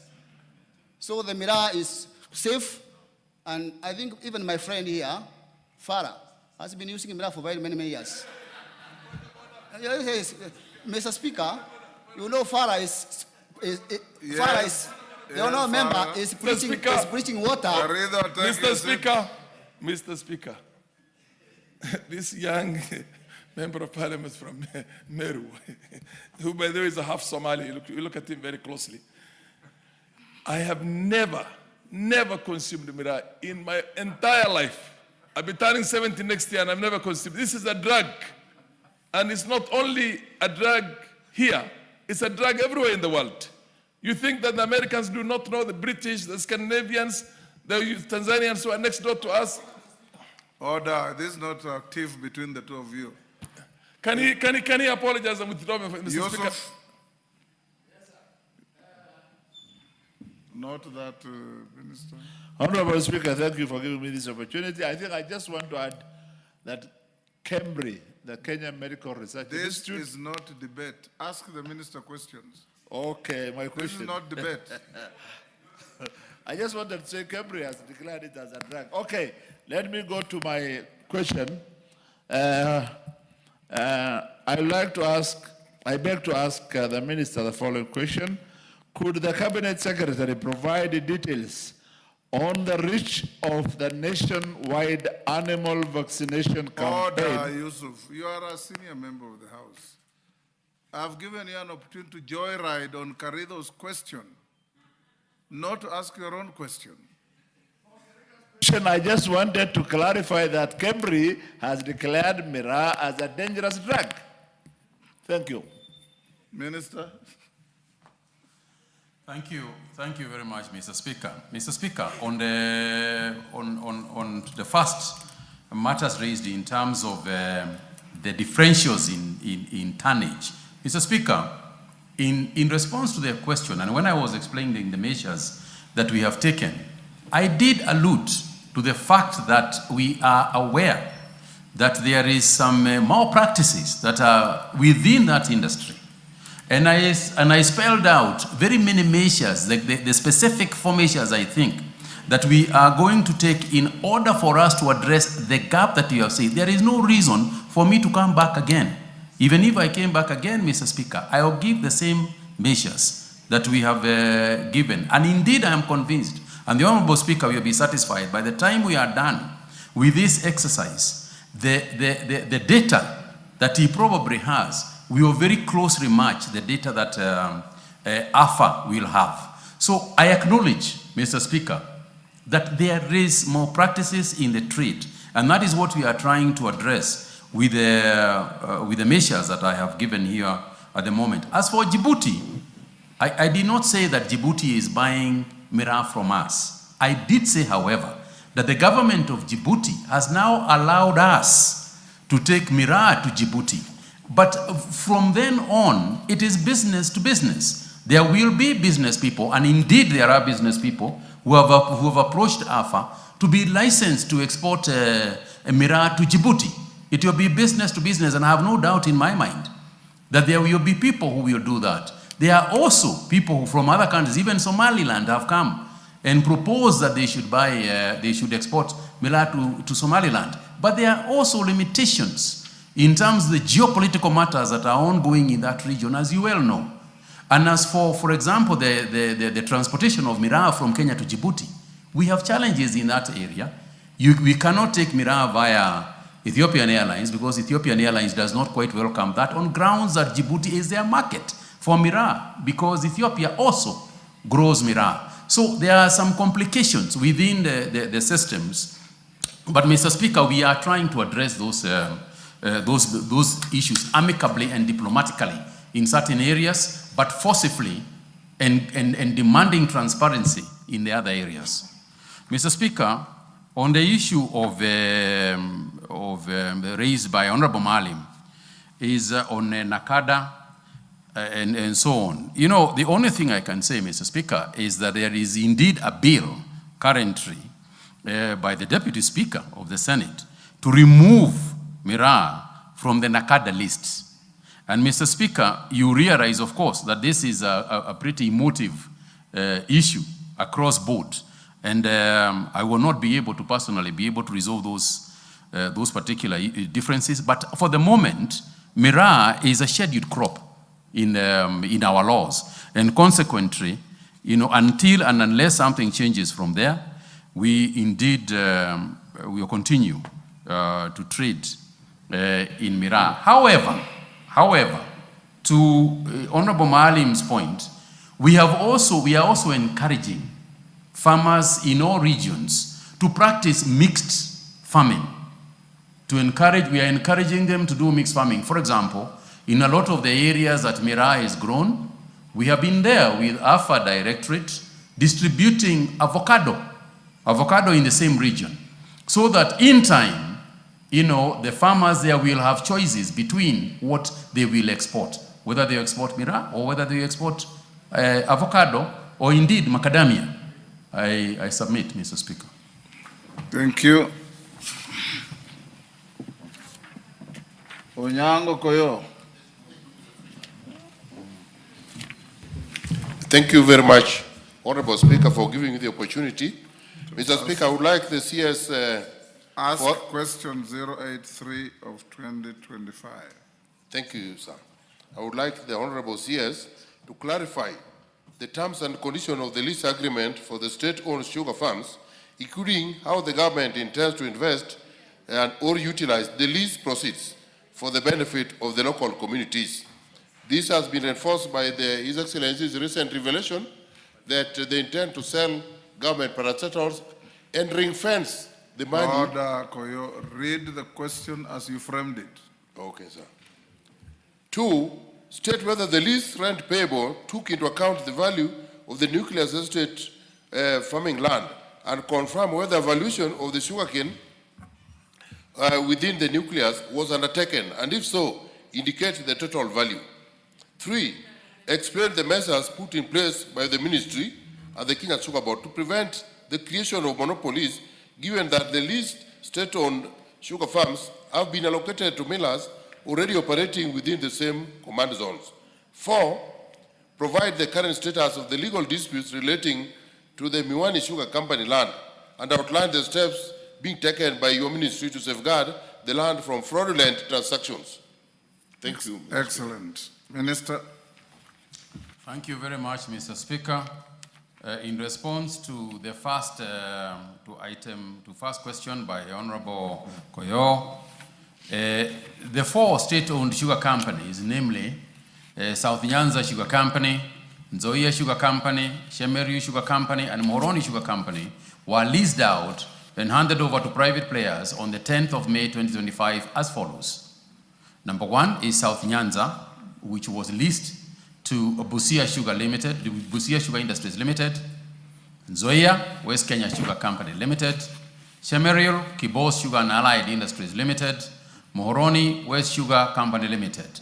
The terms of the lease included, among others, number 1, the lease rental, Kenya shillings 40,000 per hectare per year for Shemeril, Mohoroni, and Shoni Sugar, and Kenya shillings 45,000 per hectare per year for Nzoia Sugar Company. Concessional fees will be Kenya shillings 4,000 per ton of sugar and Kenya shillings 3,000 per ton of molasses produced. Goodwill was equivalent to 1-year lease rental and paid once in the first year. Other conditions of the lease included the following, Mr. Speaker. The lessee shall not assign, transfer, pledge, or make any other disposition of the lease or any part thereof. 2, the nuclear land shall only be used for cane development and not be used as collateral by the lessee. 3, the lessee to invest in cane development and modernization of the sugar mill through rehabilitation, upgrading of the machines, adoption of new technologies to improve the operational efficiency of the factory. Number 4, the lessee to invest in diversification into co-generation of power, production, or bioethanol and allied products. Number 5, at the expiry of the time of the lease, all the initial and additional investments shall revert to the lessor. Number 6, the management and maintenance of nuclear estate and outgrower systems. The lessee proceeds will benefit the local communities through payment of bonuses to the farmers. Number 2, Mr. Speaker, on the state of whether the lessee rental payable took into account the value of the nuclear estate, the ministry leased out all the land, buildings, plant, and machinery. In other words, it's a complete package and the entire ecosystem. Only motor vehicles and livestock were exempted from the list of items leased. The nuclear estate and standing sugarcane was not valued separately, since these were considered in the leased asset portfolio that was already predetermined. On 3, Mr. Speaker, on the explanation of the measures put in place by the ministry and the Kenya Sugar Board to prevent creation of monopolies, the operations of the least state-owned sugar farms are regulated by the Kenya Sugar Board. The board was established by the Sugar Act of 2024. The Act has several provisions that give the Sugar Board regulatory powers for market monitoring, regulation, and control of unfair trade practices, which are used to restrain monopolistic behavior. The existing framework includes the regulatory oversight by the Kenya Sugar Board on compliance, cane harvesting, and milling operations, and number 2, farmer protection and sugarcane pricing frameworks under the Sugar Act of 2024. Besides the Sugar Act of 2024, the leased sugar factories are managed in accordance with the provisions of the Competition Act. The Competition Act provides that a person or firm has a dominant position in the market if the person produces, supplies, distributes, or otherwise controls not less than 1/2 of the total goods of any description that are produced, supplied, or distributed in Kenya, or any substantial part. Number 2 is that it provides or otherwise controls not less than 1/2 of the services that are rendered in Kenya, or any substantial part. Following the leasing of the 4 state-owned sugar mills, none of the sugar companies controls more than 50% of the market, and therefore the fear of monopolistic tendencies shall not arise. Again, Mr. Speaker, it is good to note that we also trade in sugar within the Comesa region. So it's not just our factories, there is also the Comesa production. Number 4, Mr. Speaker, is the status and the legal disputes related to the Miwani Sugar Company. Mr. Speaker, this has been an ongoing issue for a long time. And the parcel of land known as LR number 7545, number 21038, was initially subject of litigation in Kisumu. The case being the CSS 2025 of 1993. That is Nagedra, Saxin versus Miwani Sugar Mills Limited and 2 others, where the plaintiff alleged that he obtained judgment against the defendant and was granted an order to attach and sell the said land to recover a decretal sum. Miwani Sugar Company, 1989, Limited, was not a party to the case. And when they learned about the sale, they applied to the court for the sale to be set aside. Mr. Speaker, the High Court then set aside the proceedings that were used to purportedly sell to Crossley Holdings Limited and declared the case to be a nullity. Crossley Holdings Limited and Nagedra Zaxin filed an appeal at the Court of Appeal in Civil Appeal 261 of the year 2008, which appeal was duly heard and dismissed. What was declared a nullity, the case or the sale? The sale, were used purportedly sale to the sale, Mr. Speaker, was declared a nullity in accordance with what the report we have, the report I have. So it's not the case. Yeah. So, following that then, in 2008, the appeal was made and jury heard, but was also dismissed. The court also reiterated the position that the proceedings that were used to effect the sale were also null and void. When the predecessor of the Kenya Sugar Board, Agricultural and Food Authority, commenced measures to lease the land, Crossley Holdings Limited filed yet another suit at the Kisumu Environmental and Land Court, being petition number 6 of 2020.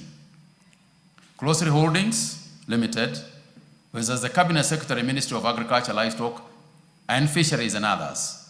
And despite the court being notified that the issue regarding the legality of the alleged purchase was being settled by the Court of Appeal, has been settled by the Court of Appeal, the presiding judge, that is Justice A.O. Ombwayo, delivered yet another judgment declaring Crossley Holdings Limited as the owner of the property. Miwani Sugar Company Limited and the Attorney General have filed an appeal at the Court of Appeal, being Civil Appeal number E207 of How can a junior court override the Court of Appeal? Mr. Speaker, I authority in law. Go. As it stands, Mr. Speaker, there are two conflicting judgments on the issue of ownership. One from an Environmental and Land Court and the other from the Court of Appeal. The Cabinet issued a memo that directed the Ministry of Agriculture and Livestock and the Attorney General to enter into a amicable settlement with Crossley Holdings Limited and record a consent. Mr. Speaker, this process is still ongoing. I submit.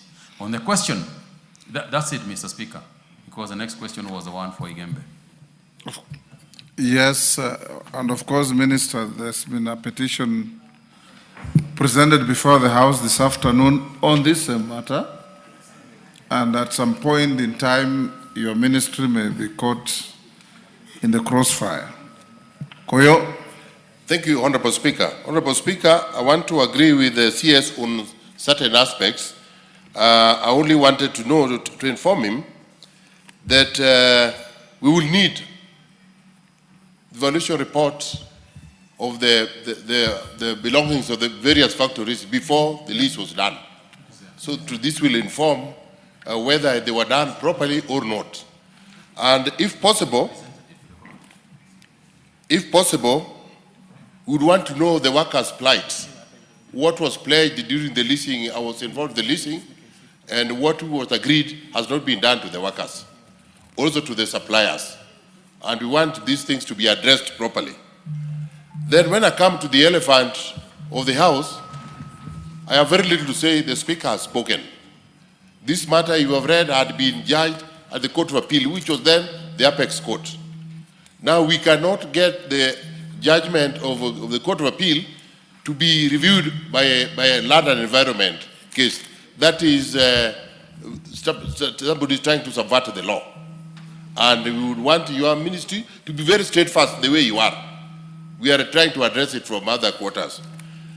And we also want to know the position of the locals. The locals' representation, when as these factories were parastatals, the government provided for directorship from the locals. But now, with the lease going on, I do not know how the interests of the locals are going to be taken care of, or whether the leasees are going to get the usual bygones that are known, that there are people who are going to represent the interests of the locals, the local community.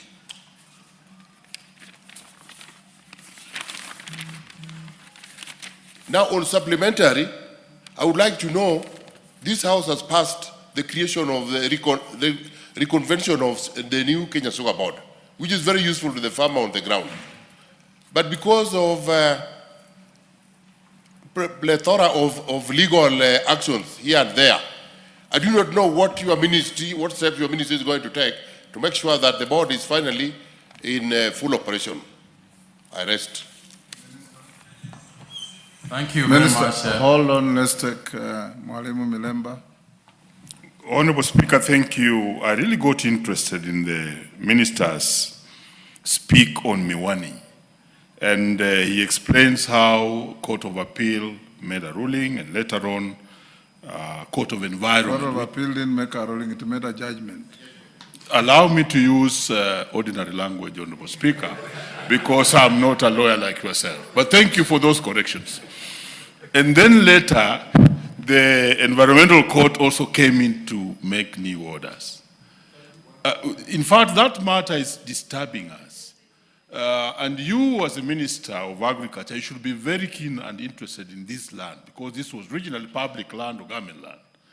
So then, what are you doing as within your ministry to make sure that that land goes back to Miwani or public or the government itself? Thank you. Oundo.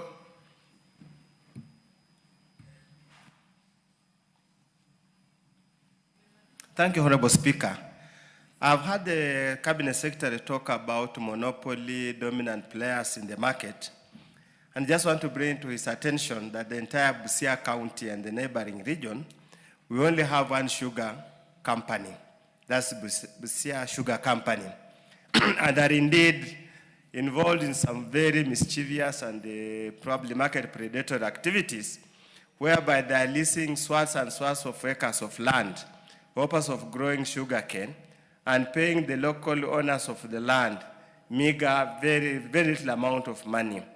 And secondly, there's also a very interesting scenario, Honorable Speaker, and probably might not be his, but for him to note, that the other cross side of Uganda, there's an Indian company that has leased a large parcel of land from Uganda, and they have tilled all the way into the Kenyan land. I will be bringing a substantive matter, but just wanted to bring to his attention that if he's here, we have confiscated the sugar cane.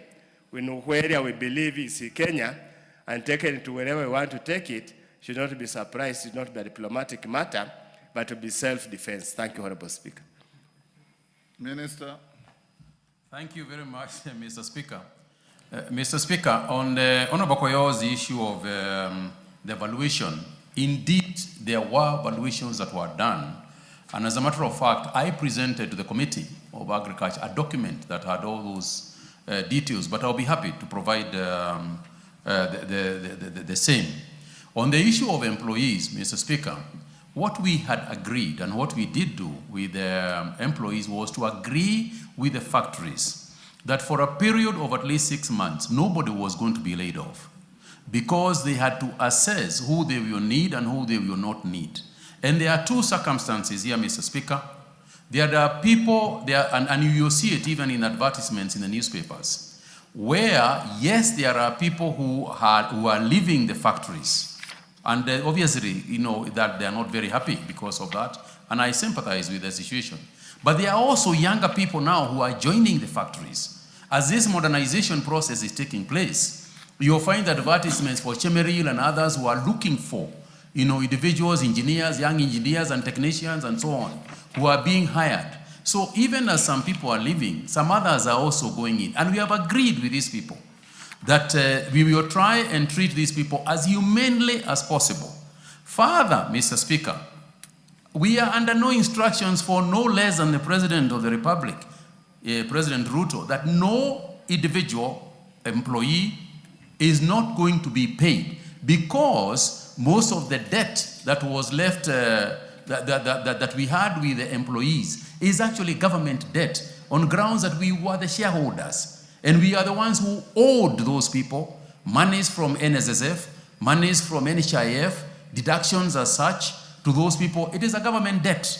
So the government has to pay, you know, these employees, those who are staying and those who are being, particularly those who are being let go by the investors. But on the issue of the sugar board, let me just say the following, Mr. Speaker. You will recall that a while back, the Agricultural and Food Authority experienced exactly the same thing. In its wisdom, this House passed an act that included the selection of the election, indeed election, of people for the sugar board in certain zones. Now, Mr. Speaker, there is litigations galore on this matter. On the first instance, there are litigations regarding the zones, where, for example, some people in Munyara may not want to be in Miwani, and so on, in terms of the regional makeup. Secondly, even within the regional makeups themselves, there will be litigation regarding who is being selected. And Mr. Speaker, we might have no choice but to come back to the House and seek for amendments, seek for amendments of the Act to allow for faster implementation of the Act. It took 5 years for AFA to come back to the House and get those amendments. I hope, Mr. Speaker, it can be done faster, for this. Otherwise, it is indeed quite feasible that it can delay for a long time because of not because of the ministry's fault, but because of the field and how it is. We have already established a committee. Minister, after passage of the bill, which is now the Sugar Act, I come from the sugar zone, and there are people who have been campaigning to be elected as directors of Kenya Sugar Board for the last 3 years, campaigning continuously for the last 3 years. Something must be done. If you want Parliament to assist you, approach Parliament through the majority leadership to do so. It's not fair to those ordinary farmers. And you know how expensive campaigns of any election in this country are. Thank you, Mr. Speaker. Mr. Speaker, as proposed, I believe that the way out is to approach Parliament so that we can make some amendments to allow for faster appointment of the board members. Just what you have said, Mr. Speaker, is in itself a problem, because that is what is happening there. And when eventually you get somebody elected, you will still go through litigations. And the usual, and as we know, our country is a pretty litigious nation. So, Mr. Speaker, on the issue of Miwani, yes, we in the ministry are as concerned as the people of Miwani on this issue. And as you can see, it's a matter that has been going on for over 20 years, or in fact, it's almost 30 years of litigation that has been going on this matter.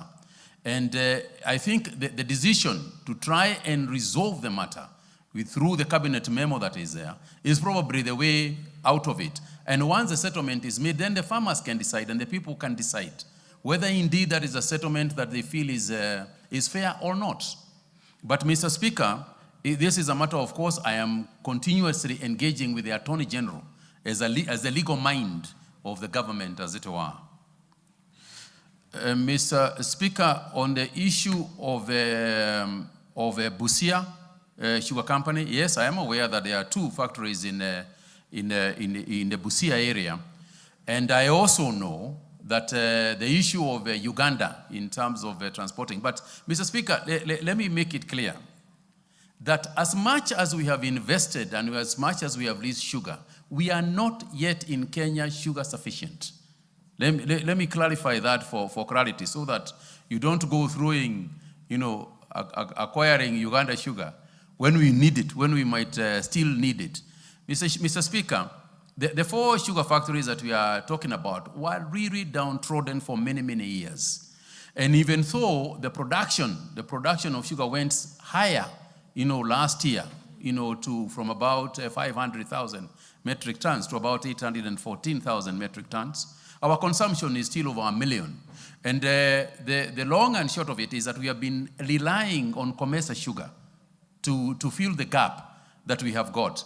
The other issue is that as we embark on the modernization of the factories, we are likely to do 2 things. Number one is that and through CARO and through the Sugar Board, we want to start implementing new sugar varieties.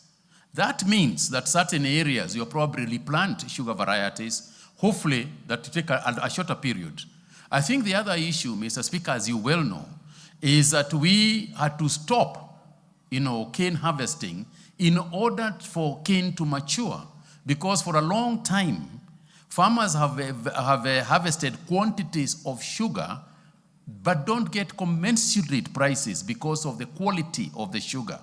So moving forward, we are not just going to focus on the quantity, we are also going to focus on quality. This means that into next year and probably the other year, there will be disruptions of production, after which I believe towards 2027, in my opinion, by 2027, we'll probably begin even exporting of sugar. But cane does take time to grow. And the varieties that we want to produce will take time to grow. So, Mr. Speaker, if there is somebody from Uganda, please just first of all ensure that they are licensed to, they are authorized to bring the sugar, don't ban them. Thank you, Mr. Speaker.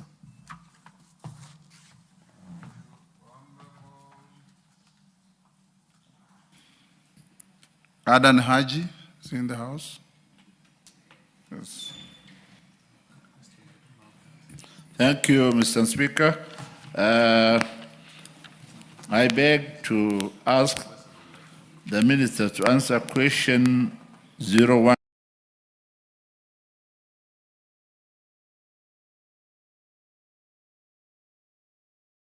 You filed this question yesterday. Yes. Is it you or some other member? It's me. The member, I thought it was Abdikadir. Pardon? It's me. Yes. Yeah, who filed it? It's by private notice. Yes. I remember the minister calling me last evening, saying he had just received the question. Okay. And he was unable to assemble his team to assist him put together the answers. But let him tell us if he's ready, he'll answer it. Okay. If he's not, I'll forgive him. Okay. Yes. Okay, Minister. Mr. Speaker, indeed, I'm not very ready for this question, but I would like to mention. But if you are ready to answer it. Yes, let me. It's a very simple question. Yes, Mr. Speaker, let me explain the vaccination process that is currently going on in the country and to say the following. That first, as you will remember, in the ASO regions and in other parts of the country, there was resistance to the vaccination process, particularly because the process that was being used had been, I don't know how to use it, but there was a lot of political work. It was politicized. It was politicized. It was politicized. Yet, it is a crucial part for us going forward, particularly if we want to enter the export market and indeed practice good practices for our people in terms of meat consumption and the health and economy of those in the ASO region who practice livestock farming. Mr. Speaker, since then, we have started a very healthy vaccination process. And not only have we started a vaccination process, we have started it via e-voucher and an electronic and digital system that we are calling AniTrack is the one that we are using so that we vaccinate the animal and also put in identification methods in the animals so that we know which animals we have vaccinated and which ones we have not vaccinated. This is something that we are rolling out. The AniTrack system has been tested in the government farms, in government livestock, and we are rolling out now in some counties for the same. And we are happy, Mr. Speaker, that county governments have now ably and very quickly adopted this method of vaccination. The vaccination exercise is going on, particularly for two diseases, the FMD and the PPP. And Mr. Speaker, we vaccinate in accordance with the measures that have been identified by the vet department of the ministry. But to say that we want mass vaccination so that in 3 years, if we vaccinate mass and continuously for 3 years, then we will be declared free of FMD. And a lot of the countries that are refusing to take our meat are refusing to take it because they know that FMD exists in our country. In fact, Mr. Speaker, you will remember that there was a president who visited us and who was given some animals from Kenya by our president. But our vet department will not allow the animals to leave because of FMD. So it is crucial that we ensure that the vaccination exercise is done and done scientifically. It is done scientifically because there is no point of vaccinating cows. You cannot identify the cows that you vaccinated and the ones you don't, and then they mix, and then you have to start from the word go.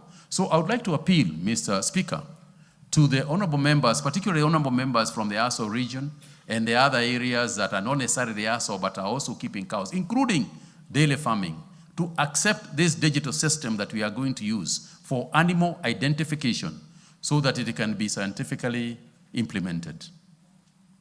That is a General policy statement. Do you have the numbers that the question is asking? Mr. Speaker, I do not have the numbers on me. I will pledge and accept that to provide the honorable member with those numbers. Yusuf? Thank you, Mr. Speaker. I think, as you initially said, the minister is not ready with the answers now. So what I will request is for the minister to provide written answers to my questions, because it's not the first time Kenya is vaccinating FMD and PPP. When I was 21 years old, I joined the Department of Veterinary Services, and up to recently, we have been doing this vaccination. But what is different is that identification. And some of us are an advocate of the vaccination processes. When it was declared that there should be mass vaccination on 30th of January 2025 this year, and when it was politicized so much, some of us were out there to campaign for the vaccinations to take off. But unfortunately, I have not seen it happening in my constituency or in my county. And that is why I had to ask this question. So please give us a written statement, answers to this statement. And also, if it has not started in the ASAL areas, we are there to advocate for it. We are there to convince our communities, and please let it start, because we know the value of vaccinating these animals. Thank you, Mr. Speaker. Yes, Honorable Russell, then Rindikiri.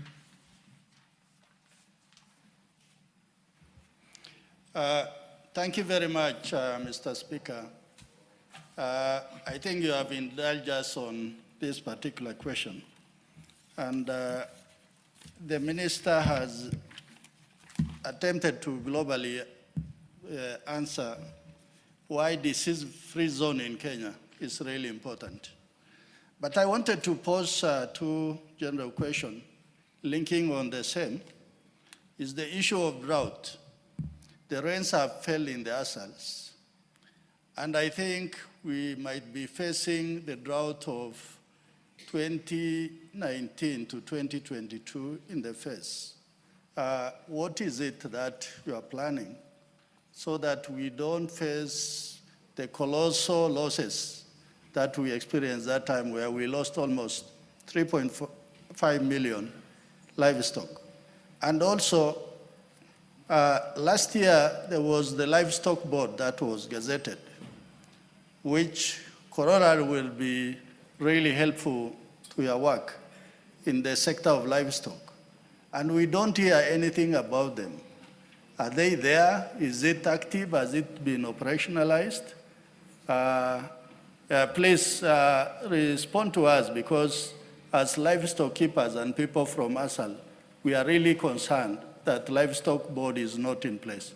Thank you, Honorable Speaker. Honorable Rindikiri. Take those, Minister Rindikiri. Thank you, Mr. Speaker. I come from Meru County, but specifically Bode constituency borders what is defined as ASAL area. That's like Kipia North, Isiolo North, and like Kipia East. And in many cases, we fall victim of dryness and also diseases. My question first is, when are we going to receive vaccination program for each county or a constituency? Because what the CS is saying is that we wait until they agree on certain things. Mr. Speaker, I think the Cabinet Secretary should be able to give us a deadline. Number two, one question. I think that's very important, okay, because he knows where we come from. There is an issue. Vaccination is one. Number two, I want to thank the government for ensuring that the price of vaccine has gone down. That's a plus.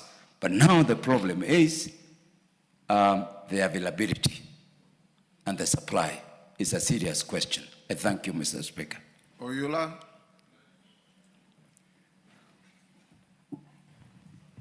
Oh, thank you, Mr. Speaker. Mr. Speaker, I just want to ask an additional question on vaccination.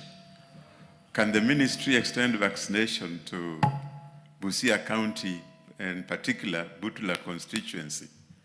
Or secondly, Mr. Speaker, we have a lot of tsetse flies in our areas. So most of the animals die because of the ECF caused by tsetse flies.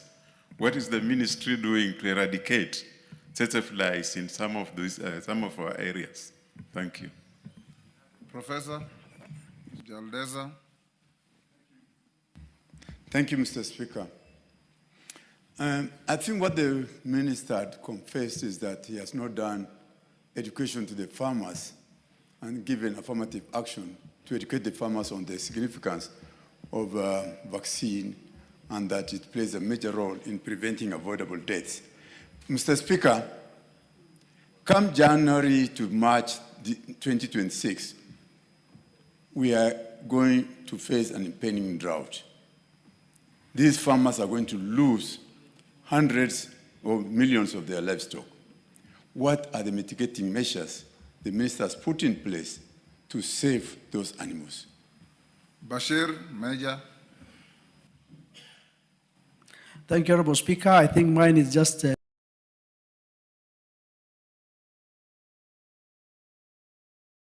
in line with what Professor said.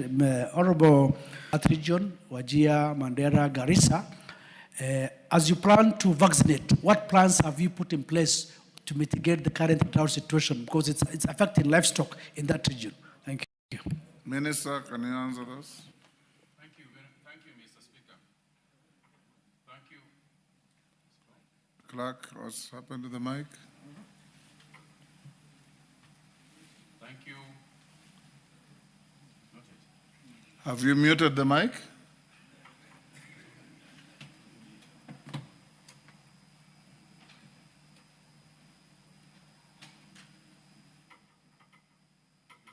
Where is the other mic? That's not it's working, yes, it's working. Thank you very much, Mr. Speaker. Mr. Speaker, from the outset, as I said, I was not intending to respond to this particular question because I'm not ready with the details that the members would like to have, and I do commit to giving all the details that have been asked for. But let me just say this for in terms of policy establishment, policy area, that in terms of the drought, Mr. Speaker, indeed, the members are right that it's been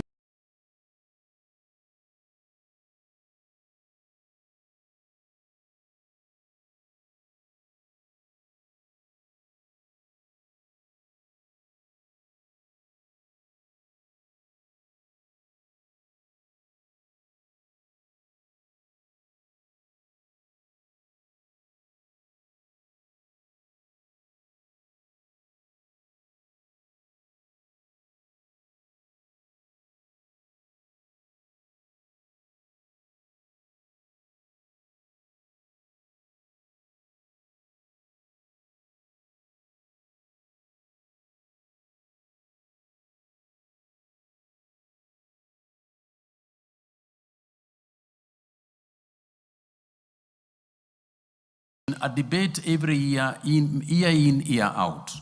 The proposal that is there, beings, that is why we have got the National Cereals and Produce Board, where we store feedstuffs. There's only one way that you save somebody or an animal if there is a drought. There has to be foodstuffs or feed that has been saved and has been put aside for the animals. And Mrs. Somebody or an animal, if there is a drought, there has to be foodstuffs or feed that has been saved and has been put aside for the animals. And Mr. Speaker, what we have established is feedlots. But one of the weaknesses that I found in the ministry is that the so-called feedlot can be described, yes, as a lot, but not as a feed, because there is no feed in where the animals are. We have proposed to the county governments going forward, in each of the feedlots that we establish, Let us also establish huge go-downs of hay and silage where we can keep feedstuffs, because it is cheaper to buy feedstuffs during animal feeds, during the high season. For example, during the rains, there is a lot of silage and feeds across the country. And it all dries up together. Because, Mr. Speaker, it is cheaper to buy the hay and stock the hay than to buy animals, which is called restocking. It is cheaper to buy the food than to restock. In any case, even from a humanitarian perspective, the pain that a farmer will go through watching the animals die, has to be calculated within the cost of ensuring that we can create sufficient silage and animal feeds and store them in our feedlots, so that in a situation like this, we can bring them into a center and have the feedlots. The other one, of course, is the issue of a supply of water during drought and ensuring that we have got sufficient water supply. A lot of those areas also, the water pans also dry. So it's a question of using new methods, not just depending on a water pan that is likely to dry, or a water pan that has got no proper care in terms of linings and so on, so that it doesn't dry out as easily as they are doing now. So it is a topic that is on the table. I would like to get assistance also from the members of parliament from those regions, so that we can work together with the county governments to put priority in silages and feeds, because that particular aspect is actually the role of the county governments. But we are pushing as a ministry to make sure that they do so from a policy point. On the issue of the livestock board is operational. Is operational, maybe not as active as it should be, but then again, let's also give them time to organize themselves, because it's a new board. I remember actually it was appointed on the week that I think a few months that after I joined the ministry. So it is on board, but if you give them time, I'm sure they will do what they are supposed to do. And it's got some very good people in it, including a chair who I think is committed to this, to the cause. On the issue of the question from Meru on the issue of disease, vaccination, and the program that we ought to bring. Again, we are working on this with the county governments. And we have rolled out, Honorable Bashir, we have actually rolled out the vaccination in certain counties. Maybe we are not in your county yet, but we have rolled out the vaccination process. What was missing, and what to me is critical and important and must go together with the vaccination, is this ANITRAC digital system that we have to use to identify the animals. But Mr. Speaker, again, I'll seek the indulgence of the members of the House that there are some areas that were very resistant to the issue of animal identification. Very resistant. And I would like, as the Honorable Member rightly said, that the education to the farmers is something we must collectively do, so that as we address the farmers in various forums, it is good for us also to point out to them the importance of animal identification. Moving forward, it is the only way we are going to be able to export animal and to export beef outside the country. So on our part, we will embark on very, very vicious. We have been working on this thing for the last 1 year, because luckily for us, Mr. Speaker, this is a system that is homegrown. We are not going to import, the ANITRAC system. We have developed it ourselves with our universities right here in Nairobi. So we will not be importing it. It's a system that we have worked on, and we are also working on sufficient budgetary allocation to ensure that once we start the process of animal identification, we don't stop. So yes, there is need for us to go out there and educate farmers as to the importance of this one.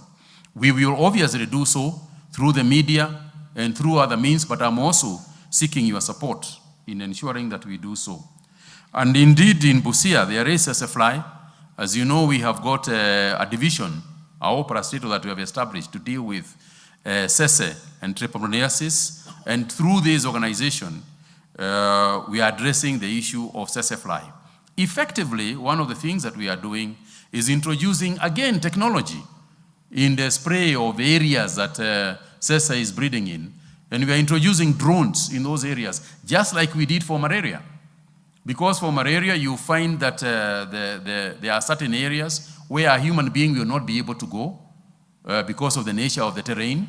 But you can send drones there to spray the larvae that is in those regions. So we are also introducing technology to deal with the fly. And indeed, there was a meeting not too long ago here in Westlands in Nairobi, just discussing the issue of the elimination, or at least the control of fly. So, Mr. Speaker, I want to Minister, beg your indulgence. as a matter of personal interest too, I'm also a livestock farmer. I lose about 6 to 10 animals every year from flies in Bungoma, Busia, Kakamega, Trans Nzoia, down to Siaya. We are the same ecosystem. And in the general area, we don't see any activities. Would you step up this fly control and treatment facilities? Charity Kadambi, you just walked in and I see you raising your hand. Give her the mic. Then we'll close with Nabi. Give Charity Kadambi the mic. There you are. Thank you, Mr. Speaker. Allow me to take advantage of the presence of the CS for Agriculture and Livestock. Mr. Speaker, sir, allow me to ask the CS, are Kenyans safe with the chemicals, the pesticides, and the insecticides in this country, which is being used in our crops? And I'm raising this, Mr. Speaker, because recently I entered in the committee of the implementation, and I met so many reports which the current PS had been invited by the committee itself. And the question was like, they had done a recommendation of 365 chemicals to be scrapped in this country. But Mr. Speaker, sir, with the report, it's only 70 chemicals, which is part of insecticides and the pesticides, which has been scrapped. Therefore, Mr. Speaker, sir, with the kind of the sicknesses in this country, with the cases of the cancers in this country, and very unique, dangerous diseases in this country, I'm just asking our CS, Livestock and Agriculture, are really Kenyans safe? And actually, what are they doing as the ministry so that to make sure that all the chemicals which were recommended by the implementation committee that are purely scrapped? Thank you, Mr. Speaker, sir. Nabi. Thank you, Mr. Speaker. Mr. Speaker, I want to pick from where you left. Last week, in parts of Kakamega, including my own constituency, and parts of Trans Nzoia, there was reported foot and mouth. Now, Mr. Speaker, the CS is more of promissory than practical. Under Schedule 4 of our Constitution, the Minister of Agriculture, national government, is to provide policy. Mr. Speaker, I'm very disappointed that we're still talking about drafts.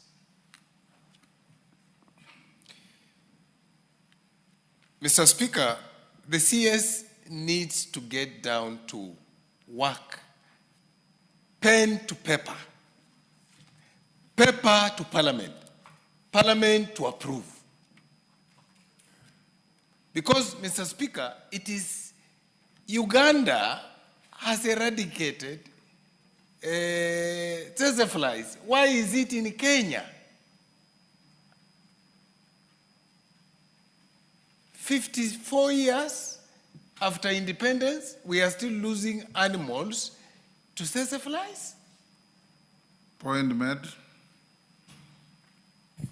Minister, very quickly, in less than 3 minutes. Mr. Speaker, I completely agree with the last speaker, first and foremost, and that more needs to be done in that area. We are quite practical. It is true that Schedule 4 gives policy and shares the agricultural responsibility between the two levels of government, But when it comes to national outbreaks of disease and so on, you'll find in the same Schedule 4 that we do get involved in sorting them out. And in fact, Mr. Speaker, the reason why you don't find mass deaths of animals is essentially because of the work that we are doing. But I do agree with the Honorable Speaker that we should do more, and we will. On the issue of pesticides by the Honorable Kagwe, yes, one of the policy statements that we issued immediately on my getting involved in Parliament is that in the ministry, is that we will not use any product that is not used in the host country that we buy the product from. That's number one. Number two, it is following those recommendations that we banned 77 products. We can't ban 365 products at once because certain products, the 365 products may be the products that we are using, but not necessarily all of them are necessarily dangerous products. And it is my intention, Mr. Speaker, that there will be no products that are going to, no dangerous products are going to be used in the Kenya agricultural sector. It goes further than that, Mr. Speaker. In my role as chair within the COMESA region, we have also, within the East African community and within the COMESA region, we have proposed that a product that is banned in one country within our region, it should also be considered as banned in the other country. Because we can ban all these products in Kenya. But if we are buying tomatoes and we are buying other onions and we are buying stuff from the neighboring countries and they are not banning them, our banning will be in futility. So we are acting not just as Kenya to ban the 200 and limit another 200. We have banned 77 and limited 230 other products, meaning that the 230 are being used only in accordance with certain restrictions and in accordance with certain conditions. It is not a matter we are taking lightly, Mr. Speaker. This is a serious issue. It's an issue of environment, it's an issue of health, and we do not take it lightly. And as I said, we are doing it both within and also outside. And the Pests Products Control Board is well aligned in this area. And we have made certain changes also within the board to give it strength in its laboratories for testing and for benchmarking as far as those products are concerned. And I'm quite alive to the fact that the House has been very insistent, including the Deputy Speaker of the House, in moving that we remove a lot of the harmful products in the House. It is not in anybody's interest to keep using them, and they will not be. I thank you, Mr. Thank you, Speaker. Minister. We'll end here with you. You can go back to your office. Yes, Koyo. Hold the Minister. Thank you very much, Honorable Speaker. It came out from the Honour's Cabinet Secretary that what was leased was the factory, not the lands. We want the title deeds to either be kept by you or by the governor since lands are devolved. He didn't say that. No, he said that they did not lease the land. But the title deeds are in the hands of lessees. And we know some of them cannot stop at maneuvering to make use of the title deeds. They didn't lease the land. He said, yes, if I got him right, yes, they leased the land, the factory, yes, with conditions that whoever has taken the factory cannot be used as collateral. Yes. Yes. As I'm pleading with him that therefore they should rush to get possession of the title deeds. Because some of the lessees, we know their history. To that extent, you are right. Thank you, sir. Yes. Thank but you. it's not correct that they didn't lease the land. They yes. leased the land. They leased the land. But there are restrictions on the use of the security. The security. Yes. Thank you. Order, Charity. This is not how the House runs.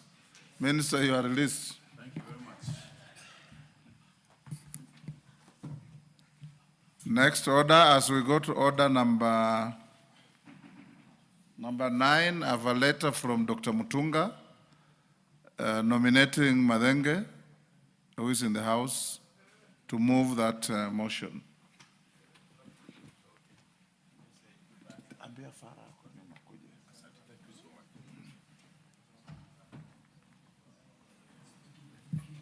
Next order. Order number 9, motion consideration of the mediated version of the coffee bill, Senate Bill number 10 of 2023.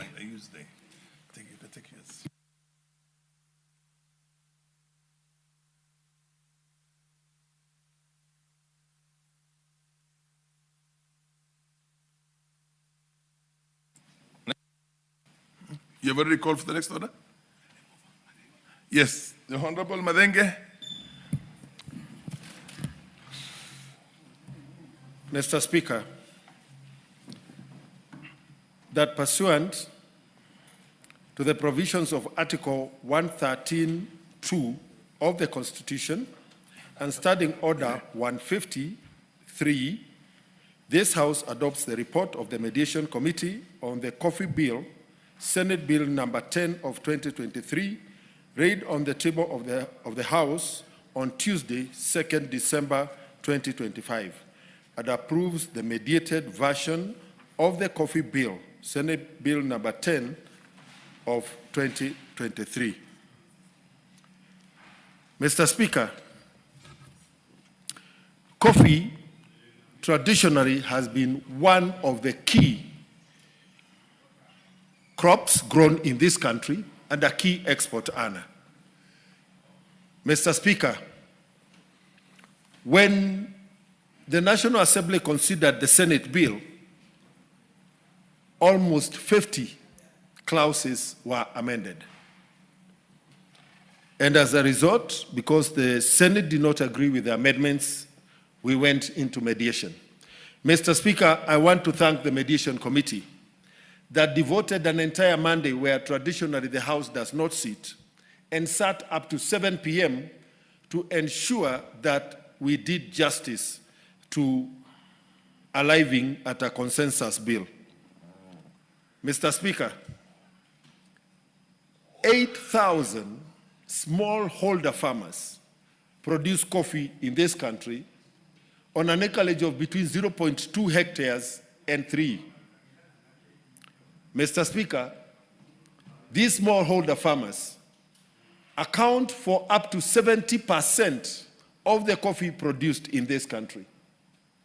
The medium, small scale and medium estates who are growing coffee on between 2 hectares, on between 5 acres and 20 acres produce 20%, and the large estates that are planting coffee on above 20 acres produce 10%. However, Mr. Speaker, the smallholder farmers have really suffered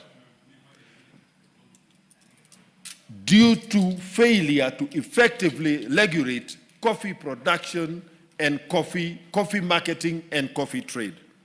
And this bill could not have come at a better time. The coffee sector has suffered with farmers being saddled with debts that do not, arising from financing programs that have not benefited the farmers. Subsequently, the government has, on several occasions, had to step in and try and bail out the farmers. But that cycle of debts has always recurred. And as a result, coffee production in our country has suffered, plummeting from a high of about 150,000 metric tons in the 70s to currently less than 50,000 metric tons. Fortunately, the government has come up with an ambitious plan to increase production in the period 2024-2029 back to the pre-1970 production. Yet, the acreage under coffee has, in the traditional coffee growing areas of Kiambu, Kirinyaga, Nyeri, Murang'a, Bungoma, Kisii, Kisumu has gone down. The passage of this bill brings back hope not only for our country, as coffee is a key exchange earner, but also to the livelihoods of the ordinary people in this country. The production of coffee is expanding to new coffee growing areas in Kericho, in Nandi, in Mount Elgon. And therefore, there is a lot of hope that coffee will continue to give a viable alternative to rural households across the country. Mr. Speaker, in this bill, we have sought to re-establish a national institution in the form of Coffee Board to oversee and become a competent authority on matters coffee, take care of production and productivity, ensure there is strategic targeted marketing of Kenyan coffee, establish the Kenyan coffee blood in the global market, and ensure that the farmers continue to enjoy better prices. Mr. Speaker, it is sad that today, despite the advances in technology, buyers of coffee still have to physically be present in Nairobi to be able to bid for our coffee. It is envisaged that with the coming of this bill, we will have a truly digital coffee exchange so that any lover of coffee across the globe, sitting in their homes and in their cities, in their own destinations, can bid for coffee that is on offer at a coffee exchange in Nairobi, allowing our farmers to have a better access to markets globally. Mr. Speaker, the production of coffee has also suffered due to the failure to have a dedicated research institution to take care of coffee. This bill is re-establishing the Coffee Research Institute and ensuring that the Coffee Research Institute will have a wider scope beyond the production of better varieties that are more climate resilient, that have better production, that have a better resistance to coffee diseases. They will also be responsible for disseminating the research knowledge directly to farmers. Mr. Speaker, the small-scale coffee producers have suffered also in the hand of cartel-like tendencies, where we had entities previously holding multiple licenses across the value chain, and therefore they tended to hold the farmers captive. Mr. Speaker, in this bill, we are establishing 3 levels of licensing at the county governments on areas of production, primary processing, and value addition. The sale of coffee or the marketing of coffee will be controlled by the Capital Markets Authority, and the export of coffee will be handled by the Agriculture and Food Authority. And all these licensing bodies have to issue the licenses in consultation so that no single entity will have multiple licenses across the different levels of the value chain. Mr. Speaker, the other area of opaqueness was the settlement of coffee proceeds, such that money sold would be put up would end up in the hands of one entity who was called a marketer, and they would arbitrarily decide what to distribute.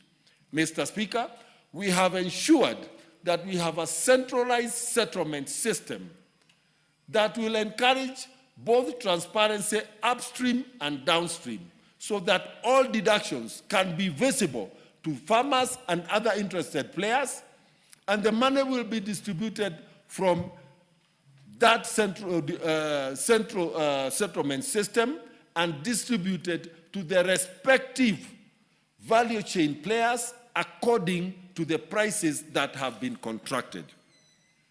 However, Mr. Speaker, the cooperative movement is a key tool in this country for pooling commodities, pooling resources, and it is important that we do not disrupt the ability of the cooperative movement to leverage on the economies of scale.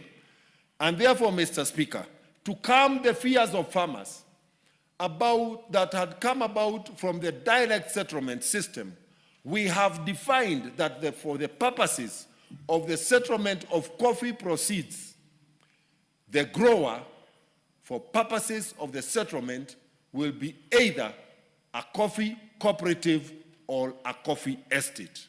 And therefore, the power and the ability of the farmers to pool their resources will not be disrupted. Mr. Speaker,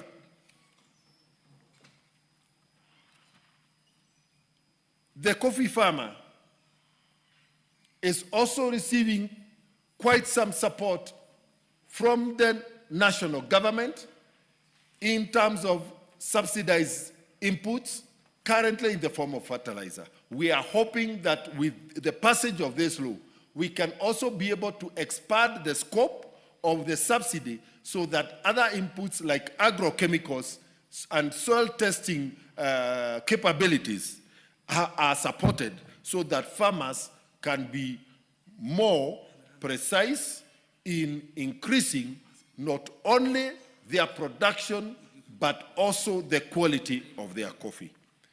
It is imperative, Mr. Speaker, that farmers understand that the passage of this law allows them to access the global market within the segment where Kenyan coffee is domiciled today as specialty coffee.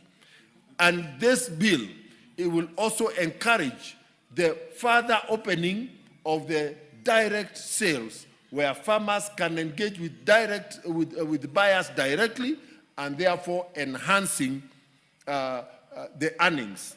And lastly, Mr. Speaker, this bill will also help us in sorting out one last time the debts owed by coffee farmers and mostly in the cooperative sector, and therefore relieving the farmers of the yoke of debt, which has been an issue of prolonged debate in different arenas. Mr. Speaker, with that I move and I request the majority Deputy Whip, Honorable Owen Bayer, to second. Deputy Leader. Majority, Deputy Majority Leader. You start with Deputy. Yeah, Deputy Majority Leader Owen Bayer to second. Proceed, Owen.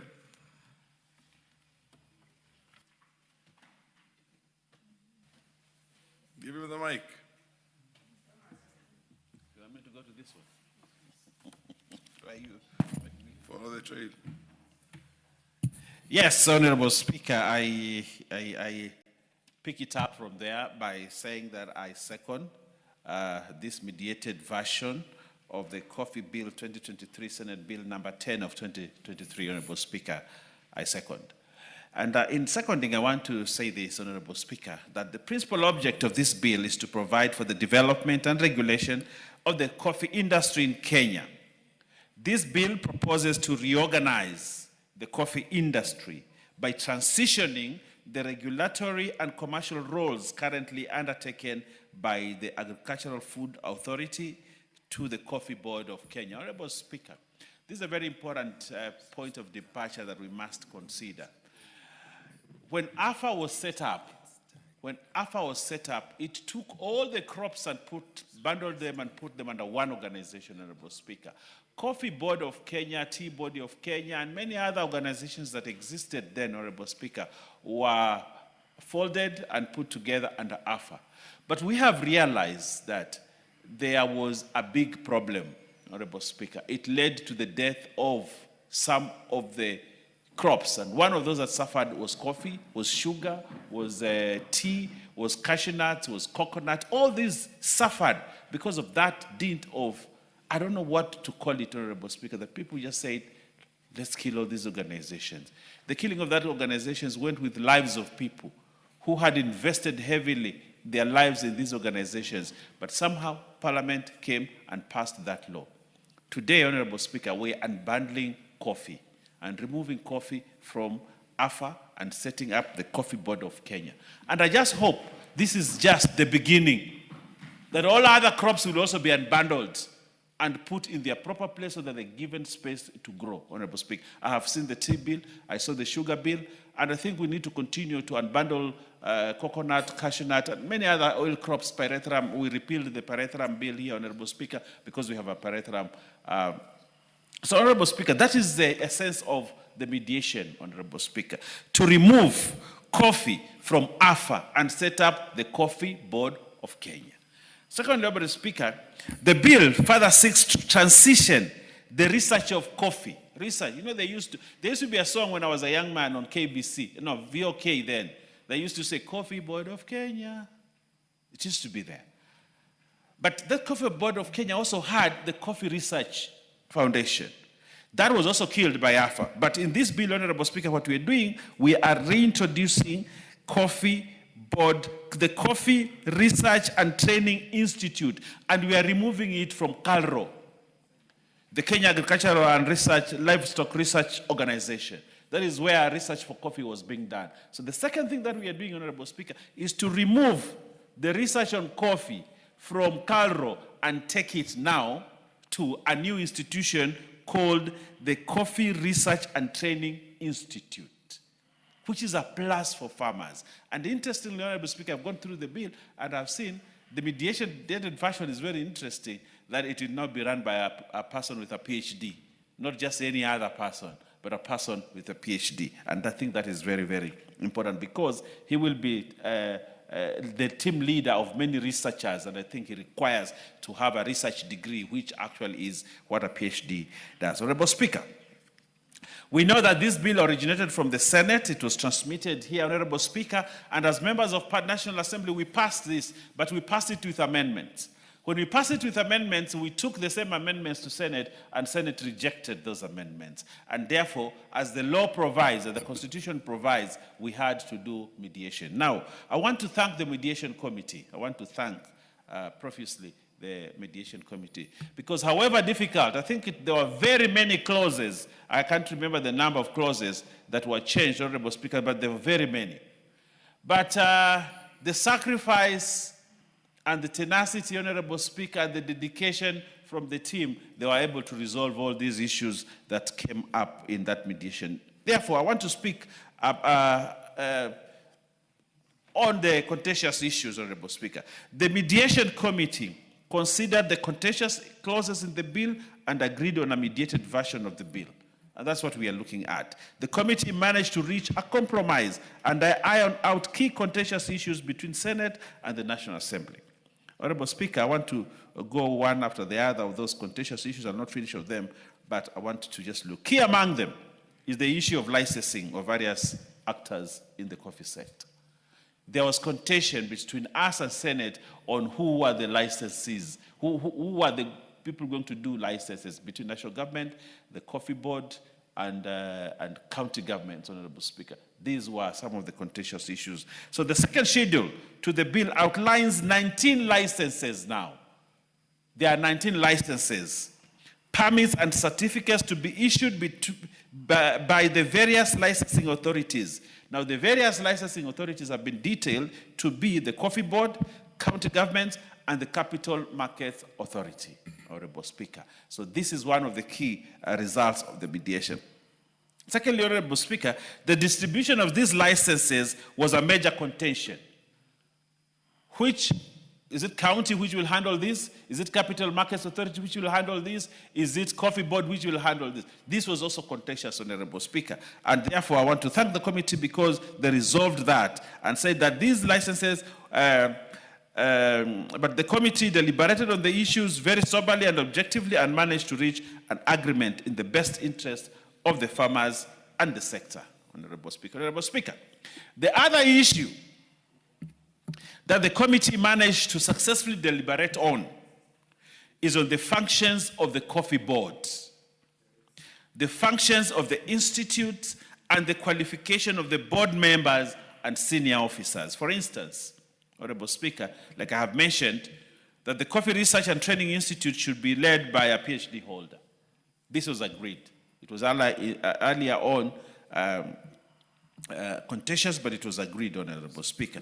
The other matter, Honorable, that was also successfully resolved was to successfully agree and align the manner in which the three licensing authorities, the Coffee Board, the county governments, and the Capital Market Authority, will be able to share information and undertake consultations in undertaking their functions. This was contentious, but now we have a seamless process of consultation between the Capital Markets Authority, the Coffee Board, and the county government. That, therefore, Honorable Speaker, makes it easy for us to move. Honorable Bashir is telling me my time is up. I want to tell him I have 1 more hour to go. The committee was also able to streamline the bill to ensure that all the licensing authorities and other stakeholders in the coffee sector consult and collaborate in the undertakings of their functions and duties. And I think these were contentious, but it was resolved. Another important thing, Honorable Speaker, that happened was that the committee did a commendable work, Honorable Speaker, ensuring that the coffee bill was mediated successfully within the legal timeline. You know, because of the issues that were there, it was very possible that it would go outside the constitutional timelines, and therefore the bill would have lapsed. But I thank God that they saved the bill, and here we had, Honorable Speaker, that this act, selfless act, they worked up to on a Monday and up to 7 p.m., Honorable Speaker, deliberating on all this. I want to say that that sacrifice was important, it was meaningful, and we want to thank you for that kind of dedication to save the coffee sector. Honorable Speaker, I want to say this as I close, that coffee was one of those foreign exchange earners that we were very proud of for many years as a country. Coffee. You know, even us when we were in primary school, we would know which are the foreign exchange earners, tourism, coffee, you know, you detail them. But now we are a country that boasts that our remittances only come from people who work abroad. Our foreign exchange, people who work from. And yet we are an agricultural country. We are still an agricultural country. And it is from agriculture that you will be able to get manufacturing running in this country. You'll be able to get factories running in this country, Honorable Speaker. This is the time, Honorable Speaker, that we need to pitch our tent in the agricultural sector and increase production of coffee, of tea, of sugar, and all these crops, Honorable Speaker, so that the dream of turning Kenya into a manufacturing country is a reality. And it can only be real, Honorable Speaker, if the Minister of Agriculture, the Minister was here and said many things, Honorable Speaker, but it is in agriculture that we can move to value addition, to manufacturing, and to the things that will help to create jobs in this country, within the soils of this country, and enjoy productivity that are the soil that God gave us in this country called Kenya, Honorable Speaker gave us. So with all those many remarks, so that I can assure my friend Bashir that he has time to move his bill, I want to second and ask members to support the mediated version of the coffee bill so that we set coffee on the trajectory of growth again in this country. Thank you.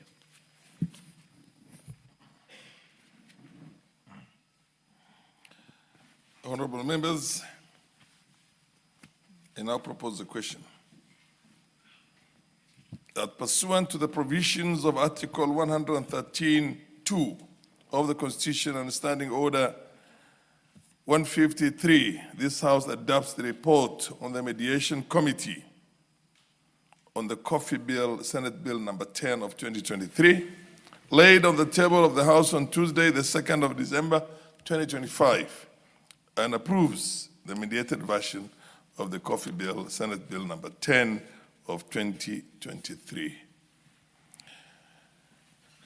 Nabwera. Nabi. Thank you, Mr. Speaker. Mr. Speaker, I rise to support the mediated version of the bill. Mr. Speaker, I entirely agree with the second of the motion that the biggest mistake this parliament did was to pass an act called AFA, an animal so moribund, so dysfunctional, so discriminative, and so disappointing to the farmer. Mr. Speaker, in the world today, other than oil, the second most traded commodity is coffee. Mr. Speaker, the world has a shortfall of 7-3 in the requirement of coffee. Mr. Speaker, in 1963 to 1987,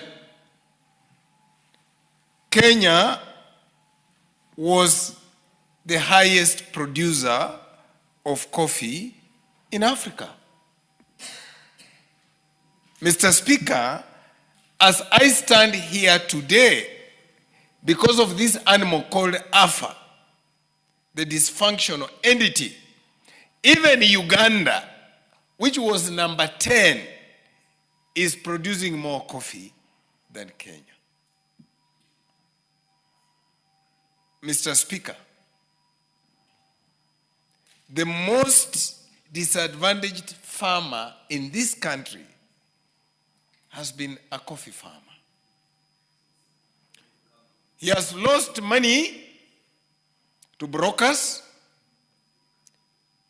He has lost money to an entity called AFA. He has lost money to an entity called KRA. The reason I rise to support this bill, mediated bill, is because, one, it is re-regulating and reintroducing the dignity of the farmer. Number two is that this bill is putting at the center profit of the farmer.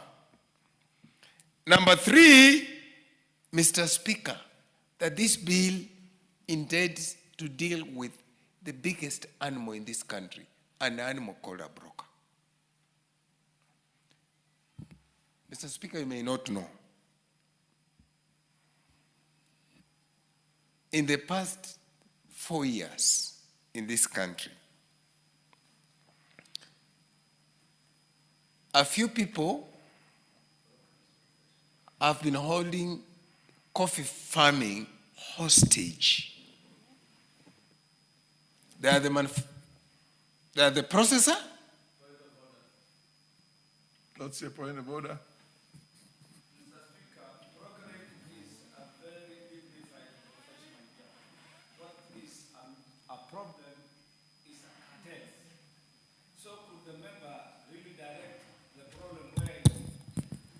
Cartels are the problem. Otherwise, brokerage is a world-recognized profession. Brokerage is a wonderful, professional, and well-paying job, well distinguished. So could he have better choice of work? Regulated brokerage.